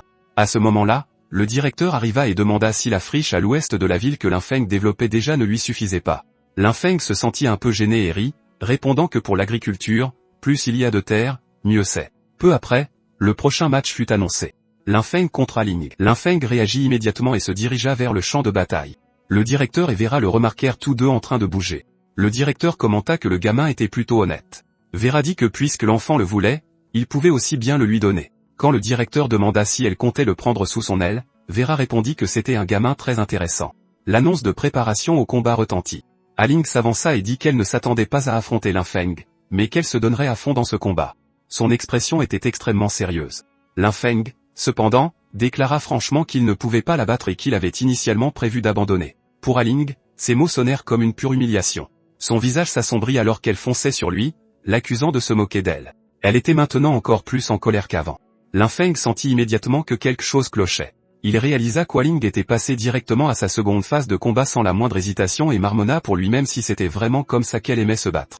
Il commença rapidement à préparer sa propre aura agricole. D'épaisses lianes jaillirent du sol et foncèrent vers Aling, s'enroulant autour de ses membres. La contre-attaque soudaine la prit au dépourvu. Elle avait foncé à toute vitesse, mais elle était maintenant forcée de s'arrêter pour s'occuper d'abord des lianes. Avec un cri perçant, elle décocha un puissant coup de pied et les brisa, se libérant par la force brute. Observant l'échange, Vera ne put s'empêcher de commenter qu'un étudiant de niveau inférieur à 10 possédant une magie aussi pure était stupéfiant. Le directeur acquiesça, admettant qu'il avait été choqué lui aussi la première fois qu'il avait vu ça. Tous deux se penchèrent en avant, de plus en plus intéressés. Vera ajouta que même un cultivateur naturel renommé ayant atteint le niveau 80 ne possédait pas une magie aussi pure que celle de Lin Feng. Elle conclut que les futures réussites de cet enfant seraient sans limite. Alors que les rafales de feu d'Aling heurtaient les lianes invoquées par Lin Feng, la scène les laissa sincèrement impressionnés. Le directeur fit remarquer qu'une pousse d'aussi haute qualité était extrêmement rare et qu'avec les bons conseils, sa croissance serait terrifiante. Avant qu'il ne puisse finir, Vera parla avec fermeté, disant qu'elle avait déjà pris sa décision. Elle voulait prendre Lin Feng pour maître. Elle se répéta pour être parfaitement claire. Le directeur hocha d'abord la tête, disant que ce ne serait pas mal si elle devenait son professeur, puis se figea soudainement. Quelque chose clochait. Il se tourna lentement vers elle et demanda si elle n'avait pas inversé sa phrase. Vera répondit calmement qu'elle ne s'était pas trompée. Elle pensait exactement ce qu'elle avait dit. Elle voulait prendre Lin Feng pour maître. Le directeur la regarda avec incrédulité et demanda si son cerveau avait été grillé par le clan des démons. Vera répondit que même s'il avait été grillé, elle prendrait la même décision. Elle était clairement bien trop impressionnée par Lin Feng et voulait peut-être quelque chose de plus qu'une simple relation maître-élève. Sur le terrain d'entraînement des premières années de l'Académie extraordinaire, une bataille féroce se déroulait à grande vitesse. Les deux combattants se donnaient à fond, leurs pouvoirs s'entrechoquant encore et encore. Lin Feng se dit qu'il avait déjà montré assez de force. Il sentit que s'il faisait semblant de faiblir et admettait la défaite, tout se passerait selon son plan. Mais soudain, une voix retentit derrière lui, l'avertissant que s'il continuait à se la couler douce, l'Académie reprendrait les terres à l'ouest de la ville pour les donner à quelqu'un d'autre. En entendant cela, l'expression de Lin Feng changea. Il pensa immédiatement que c'était mauvais et qu'il ne pouvait pas permettre que cela arrive. Reprendre les terres était absolument inacceptable. Même la femme qui le combattait remarqua le changement. Il y a quelques instants, il défendait passivement, mais maintenant son aura avait complètement changé. Il ne se retenait plus du tout. Une énergie verte semblable à des plantes commença à circuler dans son corps alors qu'il la canalisait dans sa main. La femme se prépara également, rassemblant des flammes pour former une énorme boule de feu. Elle la lança droit sur lui sans hésitation. Linfeng s'avança et frappa à travers l'attaque, brisant instantanément les flammes. Puis il lui a dit d'encaisser son coup sérieux. Alors que l'attaque fonçait sur elle, la peur a traversé son esprit. Elle pouvait sentir à quel point la puissance derrière ce coup était terrifiante. Linfeng a alors dit calmement qu'elle devrait juste le laisser gagner. Les spectateurs étaient complètement sous le choc. L'un d'eux a dit que Linfeng, ce soi-disant fermier, cachait sa vraie force depuis le début. Un autre a ajouté que comparé à lui, c'était eux qui ressemblaient aux vrais fermiers. La femme s'est stabilisée et a admis que ce niveau de contrôle sur la nature était terrifiant. Elle a dit que c'était comme commander la puissance aussi facilement que bouger ses propres doigts, quelque chose proche de l'origine même. Le résultat a été annoncé, et Linfeng a été déclaré vainqueur. Elle a ensuite reconnu sa défaite sincèrement, disant qu'elle l'acceptait de tout cœur. Linfeng a répondu humblement, disant que c'était elle la plus forte et qu'il avait juste un peu plus de force brute. Intérieurement, cependant, il pensait à quel point il avait failli perdre ce terrain. Juste à ce moment, le professeur s'est avancé et l'a félicité, disant que c'était mieux comme ça. Linfeng l'a remercié, et le directeur lui a dit de continuer à travailler dur, ajoutant qu'il avait hâte de voir jusqu'où il irait. Cependant, alors que le directeur s'éloignait, les pensées de Linfeng ont pris une tournure plus sombre. Dans son esprit, il maudissait le vieux, pensant que le menacer avec le terrain dépassait les bornes. Il a juré en silence qu'il trouverait un moyen de se venger tôt ou tard. Alors qu'il vaquait à ses occupations, cette pensée ne cessait de tourner dans sa tête. Plus il y pensait, plus il était agacé. Juste à ce moment, une femme s'est approchée de lui et a poliment demandé s'il pouvait la guider dans la cultivation. Linfeng a été pris de court. Il lui a demandé si elle était sérieuse, soulignant qu'elle était une cultivatrice de type combat demandant conseil à un fermier. Elle s'est présentée comme Vera et a dit qu'ils ne s'étaient jamais rencontrés, mais qu'elle avait assisté à son match. Elle a expliqué que son utilisation du mana naturel était impeccable, pleine de vitalité et de vie, et différente de tout ce qu'elle avait vu. Elle a admis qu'elle était bloquée à son niveau actuel depuis longtemps et sentait que la voix de Linfeng pourrait l'éclairer. Linfeng s'est senti un peu embarrassé par ses éloges, même s'il ne pouvait nier que ça faisait du bien. Il a demandé si elle était aussi une cultivatrice de type nature et a mentionné que les instructeurs nature de l'académie étaient encore sur le champ de bataille. Il a ajouté qu'il n'était qu'un fermier et qu'il n'avait rien à enseigner. Vera a rapidement répondu que la compétence importait plus que le statut. Elle a dit qu'elle n'avait pas besoin de devenir officiellement sa disciple et souhaitait seulement l'observer de temps en temps, même si c'était juste le regarder travailler dans les champs. Sentir son aura naturelle de près lui suffirait, a-t-elle dit, avant de s'incliner profondément. La voir s'incliner ainsi a fait paniquer Linfeng intérieurement. Il s'est dit que c'était mauvais, très mauvais. Si les gens découvraient ce qu'il cultivait vraiment dans ses champs, ça causerait d'énormes problèmes. Il a immédiatement tenté de refuser, disant qu'il n'était qu'un fermier avec de la force brute et qu'il n'avait vraiment rien à enseigner. À ce moment-là, le directeur est intervenu et lui a dit d'accepter, affirmant qu'elle était sincère et qu'il devait le faire pour son bien. Il s'est ensuite penché et a chuchoté quelque chose à l'oreille de Linfeng. En entendant ces mots, Linfeng s'est de nouveau figé. Quoi que le directeur ait dit, ça avait touché un point sensible, et il a marmonné que ce n'était vraiment pas une bonne idée. Mais avant qu'il ne puisse objecter davantage, l'affaire était réglée. Vera l'a immédiatement remercié avec enthousiasme, disant qu'elle ferait très attention à ne pas le déranger.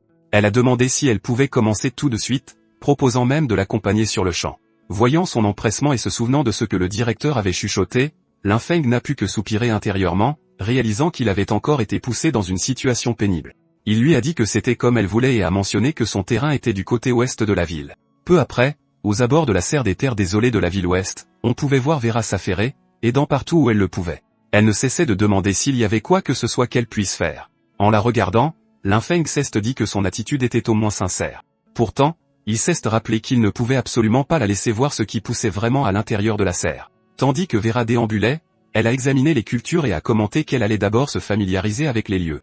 Linfeng lui a dit de simplement jeter un coup d'œil à l'extérieur pour l'instant, expliquant qu'il était occupé avec de nouveaux semis qui nécessitaient des soins particuliers. En observant les plantes, les yeux de Vera se sont progressivement écarquillés. Elle a réalisé que les cultures avaient toutes été nourries par un mana naturel extrêmement pur. Ce n'étaient pas du tout des plantes ordinaires, mais des plantes de haut rang avec des effets de boost d'attributs temporaires. Elle n'a pas pu s'empêcher de dire que Linfeng la rendait de plus en plus curieuse. Une heure a passé, et elle examinait toujours les cultures. Plus elle regardait, plus cela semblait incroyable. Finalement, elle a demandé s'il y avait quelque chose de spécial avec le sol. Linfeng a répondu avec désinvolture que c'était juste de la terre ordinaire. Vera était choquée et a demandé s'il n'avait vraiment pas utilisé de cristaux de mana ou d'engrais élémentaires. Il a répondu honnêtement qu'il y avait pensé, mais que ces choses étaient bien trop chères pour lui. Avec ses fonds limités, il ne pouvait tout simplement pas se les permettre. Vera a fixé les cultures à nouveau et a marmonné qu'elles semblaient légèrement sous-alimentées, mais pourtant toujours florissantes. Au fond d'elle-même, elle ne pouvait s'empêcher de penser que le mana naturel de Linfeng était bien au-delà de la normale. Si c'était le cas, peut-être qu'elle pourrait l'aider à la place. Elle a ensuite mentionné que l'académie avait un règlement permettant aux étudiants d'échanger des matériaux de donjon contre des objets spéciaux à l'entrepôt. En entendant cela, l'intérêt de Linfeng a été immédiatement piqué, il l'a saisie par les épaules et a demandé si ce qu'elle disait était vrai. Vera a hoché la tête et expliqué que, par exemple, le donjon de niveau 10 de l'Académie Storm, la forêt des ténèbres, avait un boss appelé le chef Cobalt de l'ombre. Sa dépouille pouvait être échangée contre une bouteille de poux terrestre. Cependant, elle a ajouté que les donjons de niveau 10 étaient extrêmement dangereux et nécessitaient généralement une équipe complète de 5 pour être défiés en toute sécurité. Vera a hoché la tête et a dit que c'était vrai, bien que le règlement allait bientôt être annulé. En entendant cela, Linfeng a immédiatement serré les poings d'excitation et a dit que c'était parfait. Il a ajouté qu'il n'y avait pas de temps à perdre et qu'il s'y rendrait tout de suite. Vera a été stupéfaite par sa réaction. Elle a pensé calmement que peut-être seule une personne au cœur aussi pur et direct pouvait cultiver un mana naturel aussi pur. Peu après, Linfeng est arrivé à l'entrée du donjon de niveau 10, la forêt des ténèbres. Quelques gardes se tenaient à la porte. En le voyant approcher, l'un d'eux s'est moqué et a demandé ce que ce type à l'allure de fermier faisait là, se demandant s'il était venu déterrer des légumes sauvages dans le donjon. Un autre garde a ri et a souligné qu'il portait même une houe. Quelqu'un d'autre l'a reconnu et a mentionné que c'était le nouveau nommé Linfeng, seulement niveau 8, et a demandé s'il avait perdu la tête pour essayer de défier seul un donjon de niveau 10. Linfeng a calmement sorti son identification et l'a remise, disant qu'il voulait demander une entrée solo dans la forêt des ténèbres. L'instructeur de service a froncé les sourcils et lui a rappelé que son niveau était insuffisant et qu'entrer seul serait extrêmement dangereux. Cependant, Linfeng a répondu calmement que selon le règlement de l'académie, tout étudiant inscrit avait le droit de faire la demande. L'instructeur a hésité, visiblement incertain. Mais juste à ce moment, après avoir remarqué quelqu'un à proximité, son expression a changé. Il s'est raclé la gorge et a dit que le règlement était effectivement tel quel, puis a rappelé à Linfeng d'agir selon ses limites et de battre en retraite immédiatement si les choses devenaient dangereuses. Alors que Linfeng passait, des chuchotements le suivaient de tous côtés. Certains se moquaient de lui, disant que c'était un idiot qui ne connaissait pas sa place. D'autres disaient qu'il n'était que de la chair à canon débutante qui mourrait probablement à l'intérieur. Quelques-uns ont même commenté que ce serait embarrassant pour l'académie si quelqu'un comme lui mourait dans le donjon. Les ignorant tous, Linfeng est entré dans le donjon. À l'intérieur de la forêt des ténèbres, une brume sombre remplissait l'air alors que des silhouettes monstrueuses commençaient à charger vers lui de toutes parts. Voyant cela, Linfeng a calmement donné un ordre, disant à Kui, Yuei de dégager le chemin et d'avancer. Il leur a dit de faire vite et propre. Les créatures invoquées ont immédiatement bondi en avant, massacrant les monstres avec facilité. Comparé à eux, les créatures du donjon n'étaient rien. Observant le champ de bataille, Linfeng a calmement donné un autre ordre, disant qu'il était temps de se lever. En réponse, une nouvelle silhouette mort-vivante a émergé, une existence formée à partir des dépouilles tombées. C'était le chef Cobalt de l'ombre, maintenant renaissant en tant que mort-vivant, son niveau clairement marqué à 12. Voyant le monstre final apparaître, Linfeng a immédiatement jugé la situation. Pour lui, c'était clairement le boss final du donjon. Il se sentait un peu déçu, trouvant que ce donjon n'avait finalement rien d'exceptionnel. Voulant en finir rapidement, il donna un ordre simple, disant à ses invocations d'attaquer. Au moment où le chef kobold de la chute de l'ombre tenta d'attaquer, les invocations se ruèrent sur lui et le frappèrent de plein fouet. Une puissance écrasante éclata, et avant même que le monstre ne puisse se débattre, il fut complètement anéanti. Une notification système apparut. Elle annonçait que le chef kobold avait été vaincu, de l'expérience acquise, et que Linfeng était passé au niveau 9.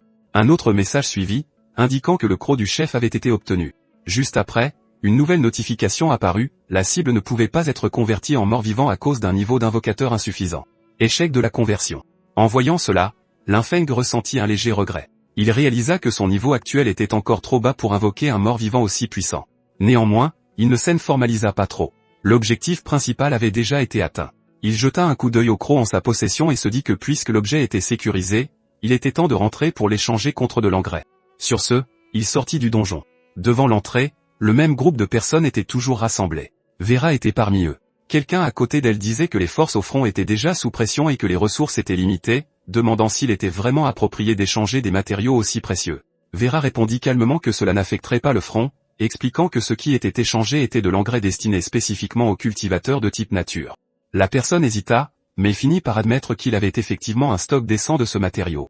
À cet instant, une annonce système résonna dans la zone. Elle déclara que le premier nettoyage solo du donjon de la forêt des ténèbres avait été accompli, nommant Linfeng comme l'auteur de l'exploit. L'évaluation était classée SSS, et la récompense annonçait, un fragment d'esprit héroïque. La foule explosa immédiatement. Certains criaient d'incrédulité, disant que le fragment des esprits héroïques était un objet incroyablement rare capable de renforcer l'âme et d'améliorer le potentiel de classe. D'autres l'accusaient de tricherie, affirmant qu'il était impossible qu'un étudiant de niveau 8 puisse réussir en solo un donjon de niveau 10 et recevoir une note SSS. Plusieurs personnes exigèrent une enquête stricte insistant pour que l'Académie récupère la récompense, surtout le fragment des esprits héroïques. Ils soutenaient que quelqu'un comme lui ne le méritait pas. En écoutant tout ce vacarme, Vera ne put que soupirer. Elle admit qu'elle s'attendait à ce qu'il galère au moins un peu, mais elle n'aurait jamais imaginé qu'il nettoierait le donjon d'une traite. Pendant ce temps, Linfeng regarda autour de lui, observant les regards hostiles dirigés vers lui. Il se sentit un peu désemparé, pensant que les ennuis semblaient toujours le suivre, peu importe où il allait. Cependant, il ne s'attarda pas là-dessus. Au final, tout ce qu'il voulait, c'était continuer d'avancer. À l'entrée du donjon de niveau 10, la forêt des ténèbres, tout le monde regardait Linfeng avec suspicion. Il ne comprenait sincèrement pas pourquoi les gens devaient toujours agir ainsi. Il n'était qu'un fermier qui aimait l'agriculture. Qui avait-il de mal à ça? Il s'avança calmement et dit au professeur que, selon les règles de l'académie, il était là pour échanger ses récompenses contre des ressources. Avant que le professeur ne puisse répondre, un garde derrière lui ricana et dit que les récompenses de Linfeng avaient été obtenues illicitement et devaient être confisquées. Le professeur réfuta immédiatement cette affirmation, déclarant que les récompenses étaient délivrées directement par le système du donjon et que l'académie n'avait aucune autorité pour les saisir. L'homme n'était clairement pas satisfait et déclara qu'il était prêt à lancer un pari de ressources à la place. Plusieurs autres personnes à proximité montrèrent de l'intérêt, ayant manifestement attendu une telle opportunité. Linfeng demanda ce qu'était censé être un pari de ressources. L'homme expliqua que c'était un pari où le vainqueur remportait les récompenses des deux parties, tandis que le perdant perdait tout. Quelqu'un d'autre ajouta que ce serait un speedrun de donjon supervisé par des professeurs de l'académie pour voir qui pourrait le terminer le plus vite. Le professeur se tourna vers Linfeng et lui demanda s'il était prêt à accepter le pari. Linfeng réfléchit un instant avant de dire qu'il n'y avait aucun avantage pour lui et que cela semblait ennuyeux. Il demanda pourquoi il devrait même se donner cette peine. En entendant cela, l'homme devint visiblement frustré. Serrant les dents, il dit qu'il ajouterait un plan de la lampe de la nature au pari. À ces mots, Linfeng devint silencieux. Vera se pencha immédiatement et lui chuchota avec insistance qu'il devait absolument obtenir ce plan. Elle expliqua que la lampe de la nature était un outil magique de type croissance, exclusif au département nature. Un plan ne pouvait être utilisé qu'une seule fois, ce qui le rendait extrêmement rare. Ces effets incluaient une réduction significative des cycles de croissance des cultures sans aucun effet secondaire, en faisant l'outil parfait pour quelqu'un qui aimait vraiment l'agriculture. Après avoir entendu cela, l'un ne pouvait plus ignorer l'offre. Voyant sa réaction, l'homme eut un sourire narquois et s'approcha, demandant avec moquerie si le bouseux avait fini de réfléchir et s'il osait accepter le pari. Au même moment, à l'insu de Linfeng, des messages clignotaient sur le communicateur de l'homme. Quelqu'un signalait que Linfeng était sorti du donjon. Un autre message lui répondit de retenir Linfeng à tout prix. Quand l'homme demanda quoi faire si Linfeng l'ignorait, la réponse fut claire. Utilise des ressources pour la pâter. Mets le plan de la lampe de la nature en jeu. L'homme hésita un instant, notant que le plan était le fondement de l'ascension de sa famille, mais finit par accepter de le faire. Pendant ce temps, Linfeng réfléchissait soigneusement à la situation. Il savait que ses capacités de nécromancien ne devaient pas être exposées. Cependant, s'il s'agissait juste d'un speedrun avec un professeur superviseur, il pensait pouvoir dissimuler le plus gros sans trop de problèmes. Plus important encore, la lampe de la nature était tout simplement trop précieuse pour la laisser passer. Pour ce qu'il prévoyait de faire ensuite, c'était l'idéal, un atout qui accélérerait grandement ses progrès. Cette pensée en tête, sa décision était déjà prise. Linfeng finit par hocher la tête et dit qu'il acceptait. L'autre type éclata immédiatement de rire, disant que c'était parfait. Il ajouta qu'avec un professeur pour superviser, Linfeng serait très bientôt démasqué. Peu après, ils entrèrent dans le donjon de niveau 10, la forêt des ténèbres, via le portail. Alors qu'ils pénétraient à l'intérieur, le professeur superviseur se tourna vers Linfeng et lui demanda comment il avait réussi à nettoyer le donjon plus tôt. Linfeng répondit calmement qu'il allait simplement montrer sa force.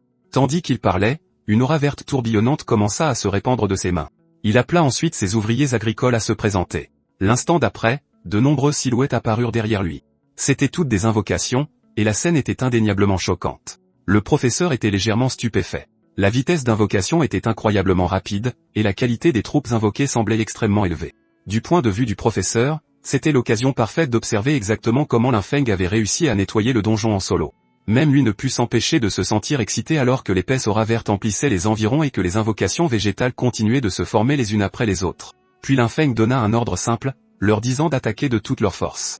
Presque immédiatement, des monstres commencèrent à se ruer vers eux. Les invocations végétales s'élancèrent et déchaînèrent leur puissance, écrasant les loups qui arrivaient les uns après les autres. Des explosions vertes éclatèrent partout alors que les monstres étaient complètement anéantis. L'ampleur de la destruction était écrasante, mais elle aidait opportunément Linfeng à garder ses vrais secrets cachés. Les invocations ne s'arrêtèrent pas là. Elles continuèrent d'avancer, déchaînant encore plus de magie et ne laissant aucun monstre vivant dans leur sillage. En voyant cela, le professeur ne put cacher son choc. Il réalisa qu'il avait fallu moins d'une minute pour anéantir complètement une escouade de patrouilles kobolds du même niveau. La puissance déployée semblait terrifiante. Il ne put s'empêcher de se demander si c'était le résultat d'une classe spéciale. Linfeng rapporta ensuite calmement que l'escouade de patrouilles kobolds avait été éliminée et qu'il se dirigeait vers la salle du boss. Alors qu'il s'enfonçait plus profondément, une aura sombre commença à se répandre dans la forêt. De l'intérieur, une présence encore plus sinistre émergea, rugissant alors qu'elle apparaissait. Linfeng resta calme et donna un autre ordre, disant à Xian de lever le bouclier et d'avancer tandis que les autres suivaient de près. Il ajouta que si des kobolds tentaient de les prendre à revers, ils devaient frapper sans pitié. Une fois de plus, une énergie verte déferla par vagues puissantes, anéantissant à répétition les monstres sur leur passage. Quand le boss finit par charger avec une attaque massive, les invocations se préparèrent à l'impact. Comme elles étaient formées d'aura, les dégâts subis furent minimes. Elles contre-attaquèrent immédiatement. La frappe combinée envoya le monstre valdinguer en arrière, s'écrasant contre le décor et remplissant la zone de débris, de fumée et de chaos. Le professeur était complètement bouleversé. Intérieurement, il sentait que quelqu'un avec un tel potentiel de combat devait absolument être signalé au directeur sur le champ. Pas une seule seconde ne pouvait être perdue. Le boss gisait écrasé au sol tandis que l'aura verte continuait d'affluer autour de l'un. Lentement, l'aura commença à s'estomper, mais le monstre restait immobile. Le donjon était clairement sur le point d'entrer dans la phase de récompense, pourtant le professeur avait encore du mal à assimiler ce qu'il venait de voir. Linfeng demanda calmement s'il avait fait ses preuves maintenant. Le professeur répondit sans hésitation qu'il n'y avait aucun doute là-dessus et que Linfeng avait plus que fait ses preuves. Après cela, ils commencèrent à rebrousser chemin. Alors qu'ils marchaient, le professeur remarqua que Linfeng ne le suivait pas hors du donjon et lui demanda s'il partait. Linfeng répondit qu'avoir la vérification du professeur était déjà suffisant. Il ajouta que le paysage à l'intérieur du donjon était en fait plutôt agréable et qu'il voulait regarder un peu plus autour de lui. Le professeur acquiesça, fit un signe de la main et dit qu'il sortirait en premier. Il rappela à Linfeng que le donjon se réinitialiserait une demi-heure après avoir été nettoyé et lui dit de garder un œil sur l'heure. Dès que le professeur disparut à travers le portail, Linfeng se retourna et marcha droit vers le boss tombé au combat. Il pensa au fait que son niveau n'était pas assez élevé plus tôt, puis décida de réessayer. L'énergie sombre se rassembla alors qu'il activait sa capacité une fois de plus. D'un ordre ferme, il commanda au monstre de se lever. Depuis les ombres, le même boss se releva lentement, désormais renaissant sous son contrôle. Linfeng avait gagné une nouvelle invocation extrêmement puissante. Peu après, Linfeng sortit du donjon. À l'entrée, les étudiants qui doutaient de lui plutôt le fixaient, choqués. L'un d'eux s'exclama que le type féroce était enfin sorti. Un autre admit nerveusement qu'il s'était moqué de Linfeng auparavant et se demanda si Linfeng pourrait lui en tenir rigueur. Quelqu'un d'autre suggéra rapidement qu'ils partent tous ensemble. Aucun d'eux ne voulait rester plus longtemps. La dernière chose qu'il voulait, c'était provoquer quelqu'un comme lui. Le professeur s'avança alors et annonça officiellement cela. Au nom de l'Académie extraordinaire, Linfeng avait fait ses preuves. Il remit les récompenses et la compensation qui lui revenaient de droit. Alors que Linfeng acceptait le sac et le plan, une expression légèrement satisfaite apparut sur son visage. Il voulait que tous ceux qui regardaient comprennent clairement une chose. Ce n'était pas quelqu'un à qui il devait chercher des noises. Intérieurement, il se sentait vraiment satisfait. Vera lui expliqua ensuite qu'après le témoignage de l'administrateur, le type qui l'avait défié avait réalisé son erreur, lâché les objets et s'était enfui sans un mot. Linfeng jeta un coup d'œil aux récompenses et se concentra immédiatement sur ce qui comptait le plus pour lui. Il remarqua joyeusement qu'avec l'engrais sécurisé, une récolte complète était garantie. Avant de partir, le professeur ajouta que Linfeng pourrait aussi vouloir une pierre d'enregistrement contenant les images de la performance de cet étudiant dans le donjon. Un impact lourd et bruyant résonna alors que quelqu'un donnait un coup de poing puissant dans un sac de frappe. La scène changea pour l'Académie Sunwheel, à l'intérieur de la chambre de Haru. Haru était clairement de très mauvaise humeur. Tout en continuant de frapper le sac, il ne cessait de penser à Linfeng, le traitant de minable fermier qui l'avait humilié encore et encore. Il réalisa que la force brute ne fonctionnerait pas, et que les règles de l'Académie ne pouvaient pas non plus toucher Linfeng. Peu importe comment il y réfléchissait, aucune des deux voies ne résoudrait le problème. Après avoir longuement réfléchi, une idée le frappa enfin. Il se souvint soudain que Linfeng ne comptait que sur sa magie naturelle et ses invocations pour frimer. Avec cette pensée en tête, il ordonna immédiatement l'envoi d'une lettre au front, à son oncle, le comte.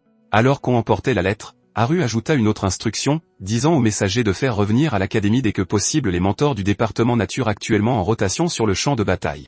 La personne livrant la lettre hésita et demanda si Haru prévoyait d'utiliser les mentors du département nature pour réprimer Linfeng. Haru répondit sans hésitation que c'était exactement le plan.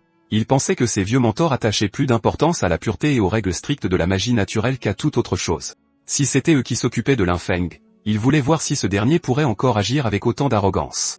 Au même moment, de retour à l'Académie extraordinaire, la scène passa à la chambre de Vera. Elle regardait en boucle l'enregistrement du donjon, incapable de détourner le regard. En l'étudiant, elle marmonna pour elle-même que Linfeng était tout simplement un monstre.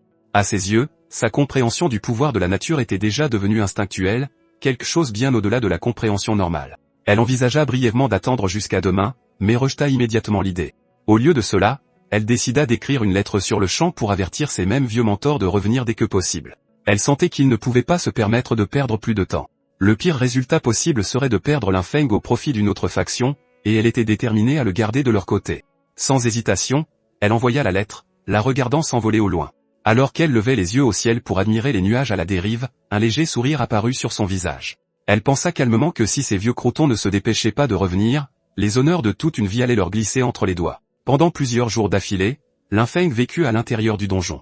Il dut affronter beaucoup de bêtes, mais ce n'était rien pour lui. Il pouvait facilement s'en occuper. Une des bêtes s'effondre, et Linfeng se tient à côté, analysant les environs alors que la fumée se dissipe lentement. Puis soudain, des notifications commencent à apparaître, 10 mètres 28 secondes, 10 mètres 29 secondes, 10 mètres 30 secondes, 10 mètres 31 secondes, 10 mètres 32 secondes. Il continue de battre ses propres records. Quand il sort, les gens à l'extérieur commencent à faire des commentaires. Un type dit qu'il a encore nettoyé le donjon en solo et qu'il est toujours aussi rapide, traitant le donjon comme son propre jardin.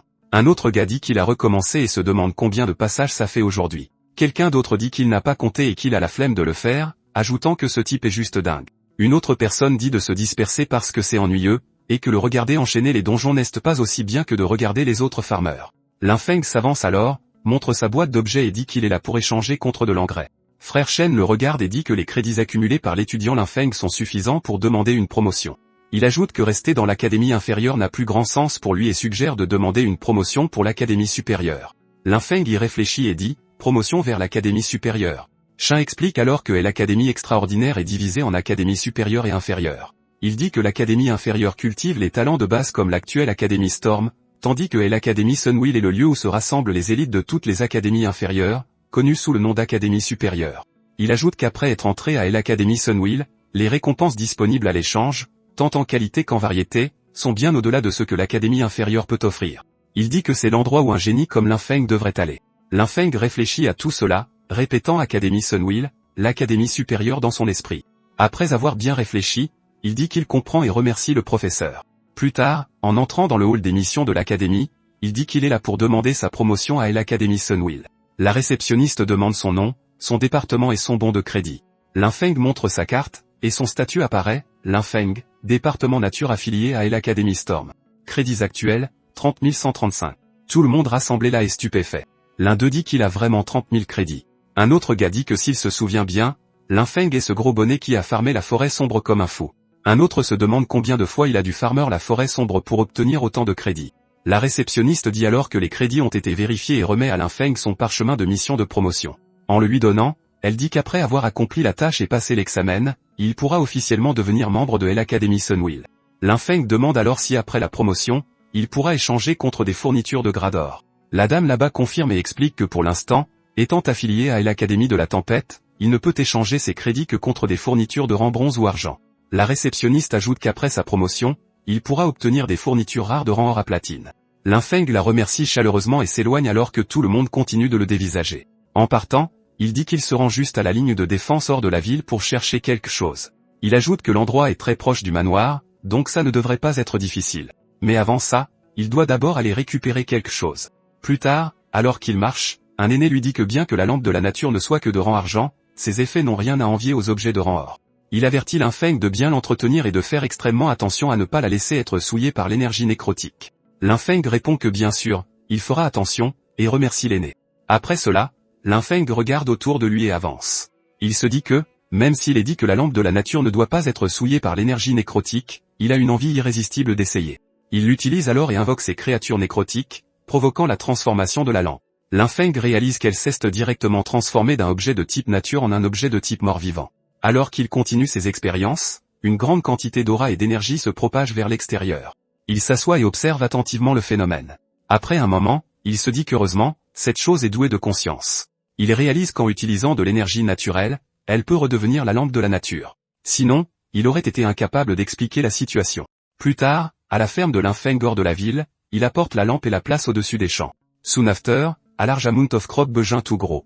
Il pense alors que le pouvoir de la lampe de la nature est vraiment terrifiant. Même à sa première utilisation, elle peut faire pousser les cultures aussi rapidement. Il se dit qu'il y aura encore plus d'objets comme ça à l'Académie extraordinaire, et qu'il doit accomplir la mission de promotion de l'Académie supérieure au plus vite. Il part rapidement, laissant ses créatures occupées à leur travail. Un peu plus tard, on voit l'inscription périphérie de la tour de guet abandonnée. Là-bas, Linfeng se dit que c'est bien le lieu de la mission. Comme c'est une mission de recherche et que la visibilité est faible, mieux vaut être prudent. Il remarque que la zone semble très fraîche et que quelqu'un est passé par ici il n'y a pas longtemps. En regardant autour de lui, il voit pas mal d'empreintes de pas. En analysant les traces, il se demande bien qui viendrait ici. Soudain, il remarque quelque chose et lève immédiatement les yeux. Il y a plusieurs personnes à proximité. L'un d'eux presse les autres de se dépêcher, disant que le jeune maître a ordonné de prendre l'objet avant l'arrivée de Linfeng pour faire échouer sa mission. Un autre rit et dit qu'il l'a trouvé. Un troisième lui dit de baisser la voix, prévenant que ce type nommé Lin pourrait arriver à tout moment. L'autre ricane et dit qu'il n'y a rien à craindre, ajoutant que le moment venu, ils n'auront qu'à utiliser la magie de feu pour brûler le truc. En disant cela, il lance le livre et ajoute qu'une fois l'objet détruit, la mission de Linfeng sera fichue. Cependant, le livre vole directement dans la main de Linfeng.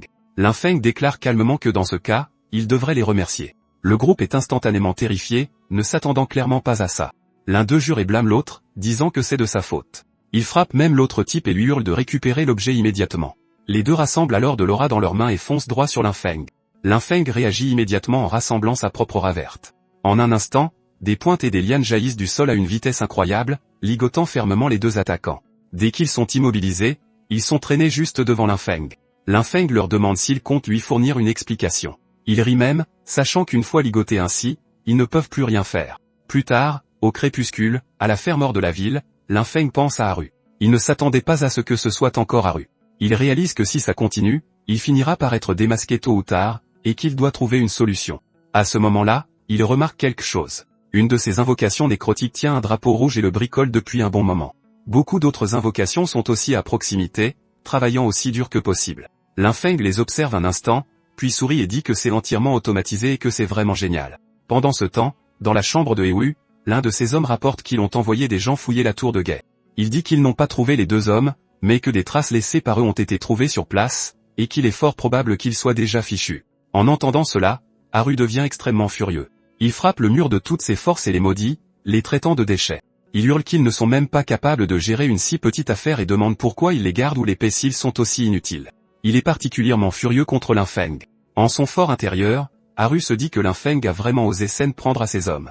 Il leur ordonne alors de contacter les gens de l'Éclipse de l'ombre, leur disant d'offrir le prix fort pour la tête de Linfeng. Il continue de penser que c'est sûrement Linfeng qui a eu tout cas, et que maintenant, il est temps pour lui de payer. Au hall des missions de l'Académie, quelqu'un félicite l'étudiant Linfeng pour être devenu officiellement membre de l'Académie de la Roue Solaire, espérant qu'il marchera toujours sur le chemin de la vérité. Il remet ensuite à Linfeng son nouvel uniforme et sa nouvelle plaque d'étudiant. Après avoir tout reçu, Linfeng pense qu'après cette promotion, il pourra farmer encore plus de crédits et obtenir plus de fournitures de plantation. Plus tard, à l'entrée du donjon de niveau 10 de la forêt des ténèbres, Linfeng tend sa plaque et dit qu'il souhaite demander une entrée solo dans le donjon. Le type sur place lui dit que c'est impossible. Linfeng se demande ce qui ne va pas et demande pourquoi, puisque c'était autorisé avant. Le type explique que selon le règlement, pour réserver assez de ressources et d'opportunités aux étudiants de la section inférieure, ceux de la section supérieure n'ont pas le droit de défier les donjons de niveau 10 et moins. En entendant cela, Linfeng est à la fois choqué et nerveux. Il n'arrive pas à y croire et demande pourquoi il ne peut plus farmer les donjons, disant qu'il comptait en faire un peu plus avant de revenir. Alors que Linfeng part, le gardien se dit que c'est une bonne chose qu'il soit parti, car s'il était resté plus longtemps, l'entrepôt aurait été vidé par ce gamin. Linfeng réalise que son moyen le plus efficace pour obtenir des fournitures vient de disparaître. Il réfléchit à ce qu'il doit faire ensuite. Juste à ce moment, quelqu'un s'approche de lui et dit qu'il doit être le frère cadet Linfeng, nouvellement promu. Il se présente sous le nom de Ron et dit qu'en voyant Linfeng errer, il a pensé qu'il n'arrivait peut-être pas à trouver de mission appropriée. Ron ajoute que leur équipe a accepté une mission de collecte dangereuse et qu'il leur manque une personne.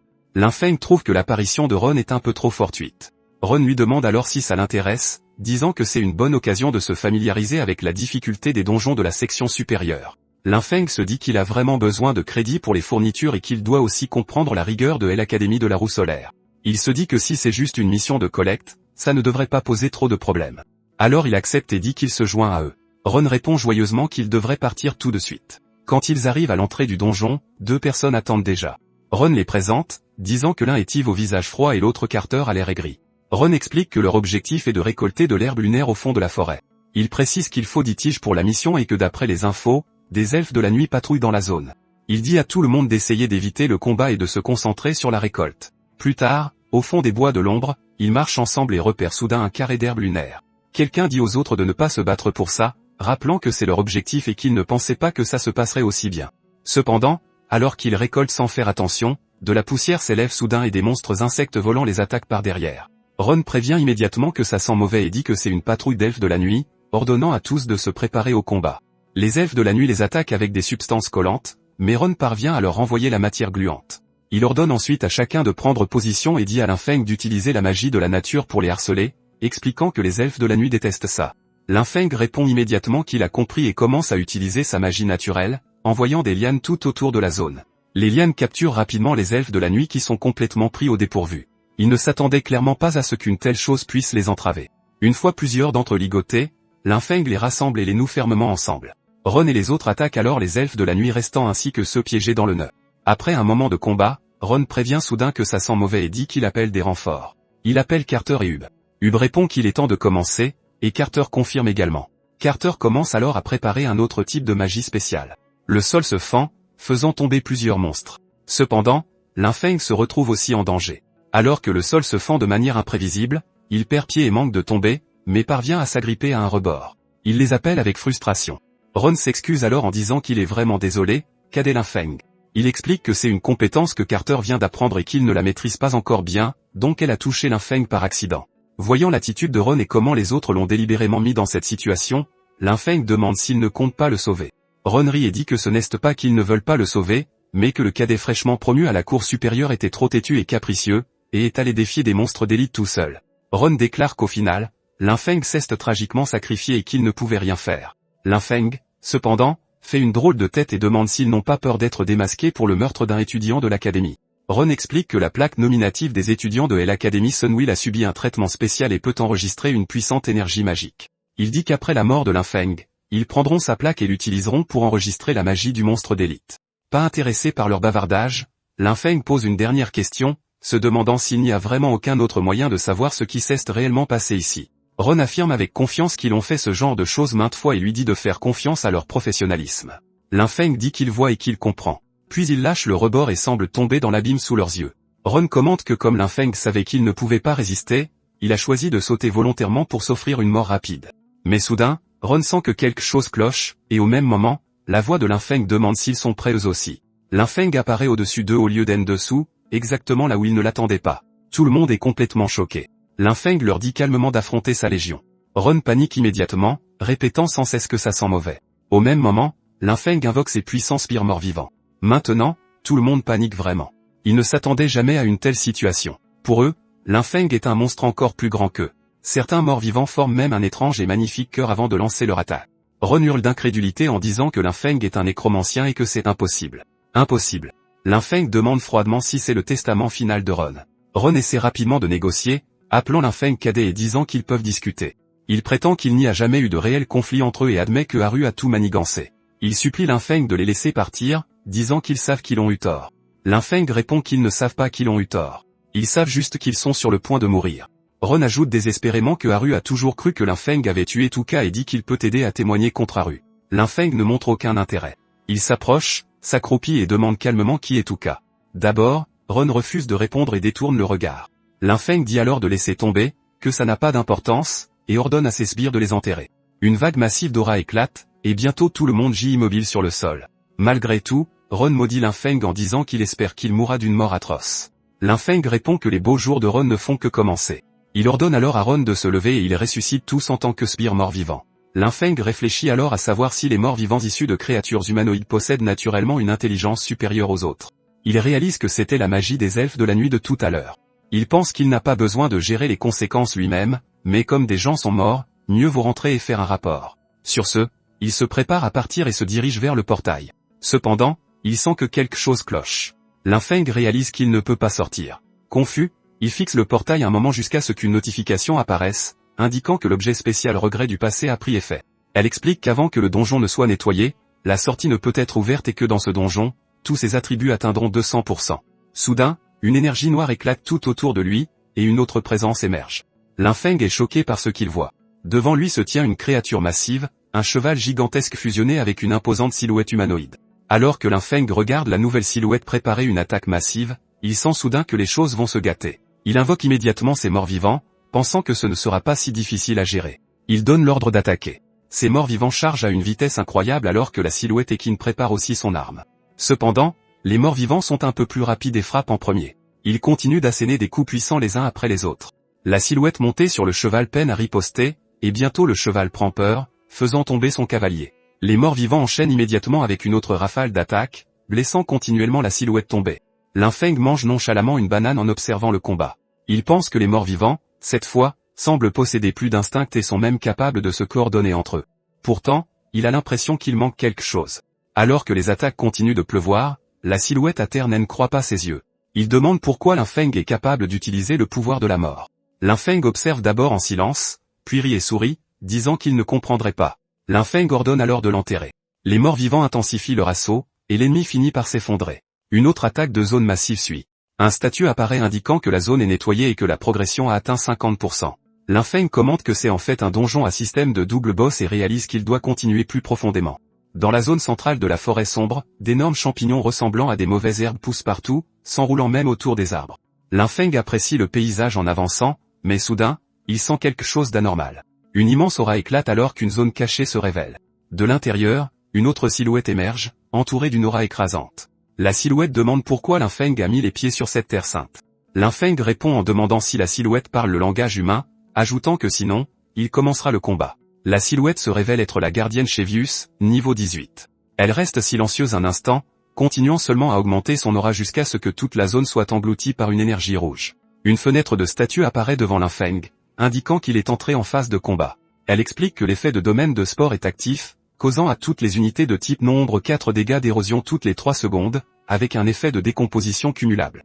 Elle note aussi que parce que Linfeng a l'effet cumulé regret du passé, ces unités mort-vivantes régénèrent un point de mana par seconde. Confiant, Linfeng dit que cela signifie que dans ce donjon, les morts-vivants qu'il invoque peuvent se maintenir sans consommer son mana. Linfeng rit et dit que le regret du passé est vraiment une bonne chose. Il invoque alors ses morts-vivants et leur ordonne de tout écraser. Une autre énorme bataille éclate. Plus tard, dans une autre zone, un homme se dit que ce n'est pas grave si Ron et les autres n'ont pas pu battre Linfeng car le vrai boss final attend toujours. Il pense que bien que le regret du passé augmente tous les attributs, sa véritable fonction est en fait de verrouiller le donjon. Avec l'existence d'un tel boss, même si tous les attributs étaient augmentés de 2% ou même 4%, il serait toujours impossible de le vaincre. En y pensant, il rit tout seul, ravi, car le simple fait de l'imaginer lui procure de la joie. De retour du côté de Linfeng, une explosion massive vient de se produire. La fumée remplit la zone alors qu'un des morts-vivants sort entraînant l'ennemi vaincu. Linfeng mange calmement une autre banane en regardant l'ennemi être attiré vers lui. L'ennemi est incapable de parler, complètement choquée et stupéfaite. Elle demande finalement pourquoi Apeng les a trahis. Apeng ne dit rien. Sous l'emprise du contrôle imposé, il ne réalise même pas qu'elle lui parle. Elle l'accuse ensuite avec colère d'avoir détruit sa couveuse et jure de se venger. Mais avant qu'elle ne puisse finir, elle est assommée. Une autre explosion retentit alors qu'une vague de puissance écrasante se propage. Une fenêtre de statue apparaît, annonçant que le donjon de la forêt sombre a été nettoyé. Le temps de complétion est de 2h17, établissant un nouveau record. L'évaluation est à, et le calcul des récompenses commence. Linfeng mange encore une autre banane et se dit que ce n'est pas mal du tout, sentant qu'il est devenu plus fort. Bientôt, un objet ressemblant à un énorme œuf apparaît devant lui. Linfeng est confus et se demande ce que c'est. Une notification apparaît alors, l'identifiant comme l'embryon du démontonien, un objet de grade mythique à l'état inactif. La description explique qu'il s'agit d'une graine de vie laissée après la chute d'un ancien démontonien, nécessitant des conditions spécifiques pour éclore. Son statut actuel est dormant, avec une forte aura de mort détectée et une affinité de 30%. Alors que Linfeng l'examine de près, il réfléchit à cette couveuse d'œufs noirs et se demande ce que c'est vraiment. Il utilise ensuite son anneau de stockage pour le ranger entièrement. Après cela, une sortie s'ouvre, lui permettant de partir immédiatement. Cependant, avant de partir, Linfeng jette un dernier regard au corps de la dame démon. Il pense que convertir un boss de niveau 18 en mort-vivant consommerait beaucoup d'énergie, mais qu'une fois converti, il devrait être au moins du même niveau que Xiaohe. Sur cette pensée, il donne l'ordre de se relever. Bientôt, la dame démon se relève et rejoint sa légion de morts-vivants. Elle déclare alors qu'elle est l'exécutrice de la mort. Après avoir entendu cela, Linfeng est assez choqué. Il dit qu'elle peut vraiment parler et demande ensuite si elle sait parler. Elle répond à nouveau en disant qu'elle est l'exécutrice de la mort. Linfeng dit, ouais. Il le sait déjà et essaie de clarifier ce qu'il veut dire, mais elle répète encore une fois qu'elle est l'exécutrice de la mort. Lin Feng reste silencieux un moment, complètement confus. Puis elle répète encore les mêmes mots, disant qu'elle est l'exécutrice de la mort. Lin Feng abandonne finalement et lui dit de laisser tomber et de se taire, disant qu'il ne veut rien entendre d'autre. Plus tard, à l'extérieur de l'entrée du donjon de la forêt sombre, Lin Feng sort du portail. Des gardes et des membres du personnel sont déjà rassemblés là. L'un d'eux est extrêmement choqué et dit que c'est impossible. Un autre demande comment Lin Feng a pu nettoyer la forêt sombre en solo. Quelqu'un d'autre ajoute que c'est un donjon où même une escouade de 5 personnes se fait souvent anéantir. Un autre membre du personnel s'avance et demande à Lin Feng pourquoi il est sorti seul et où sont les étudiants Ron, Carter et Yu. Lin Feng explique qu'ils ont subi une attaque massive d'elfes de la nuit en récoltant de l'herbe au clair de lune et qu'ils ont malheureusement été séparés. Il dit qu'il a à peine réussi à s'échapper plus profondément dans le donjon, a déclenché accidentellement le combat contre le boss, et a survécu de justesse pour le finir et sortir. Quant aux 3 autres, il dit que cela ne présage rien de bon pour eux. Les membres du personnel discutent entre eux et concluent que cela correspond bien aux caractéristiques magiques des elfes de la nuit. L'un d'eux serre les poings de frustration et demande à Lin Feng s'il a rencontré des situations inattendues après être entré dans le donjon. Lin Feng répond qu'après être entré, il a subi un effet appelé le regret du passé. Le membre du personnel est choqué et demande si Lin Feng a des ennemis. Tout près, une autre personne regarde avec incrédulité, se demandant comment Lin Feng a pu vaincre le boss en solo, un exploit impossible. Lin Feng le remarque de loin et essaie de rester hors de vue, mais sa taille finit par le trahir de toute façon. Lin Feng dit alors qu'en ce qui concerne les ennemis, il ne sait pas vraiment puisqu'il vient juste d'être promu à l'Académie Sunwheel. Le membre du personnel en prend note et dit qu'ils vont enquêter minutieusement sur l'affaire et lui rendre justice.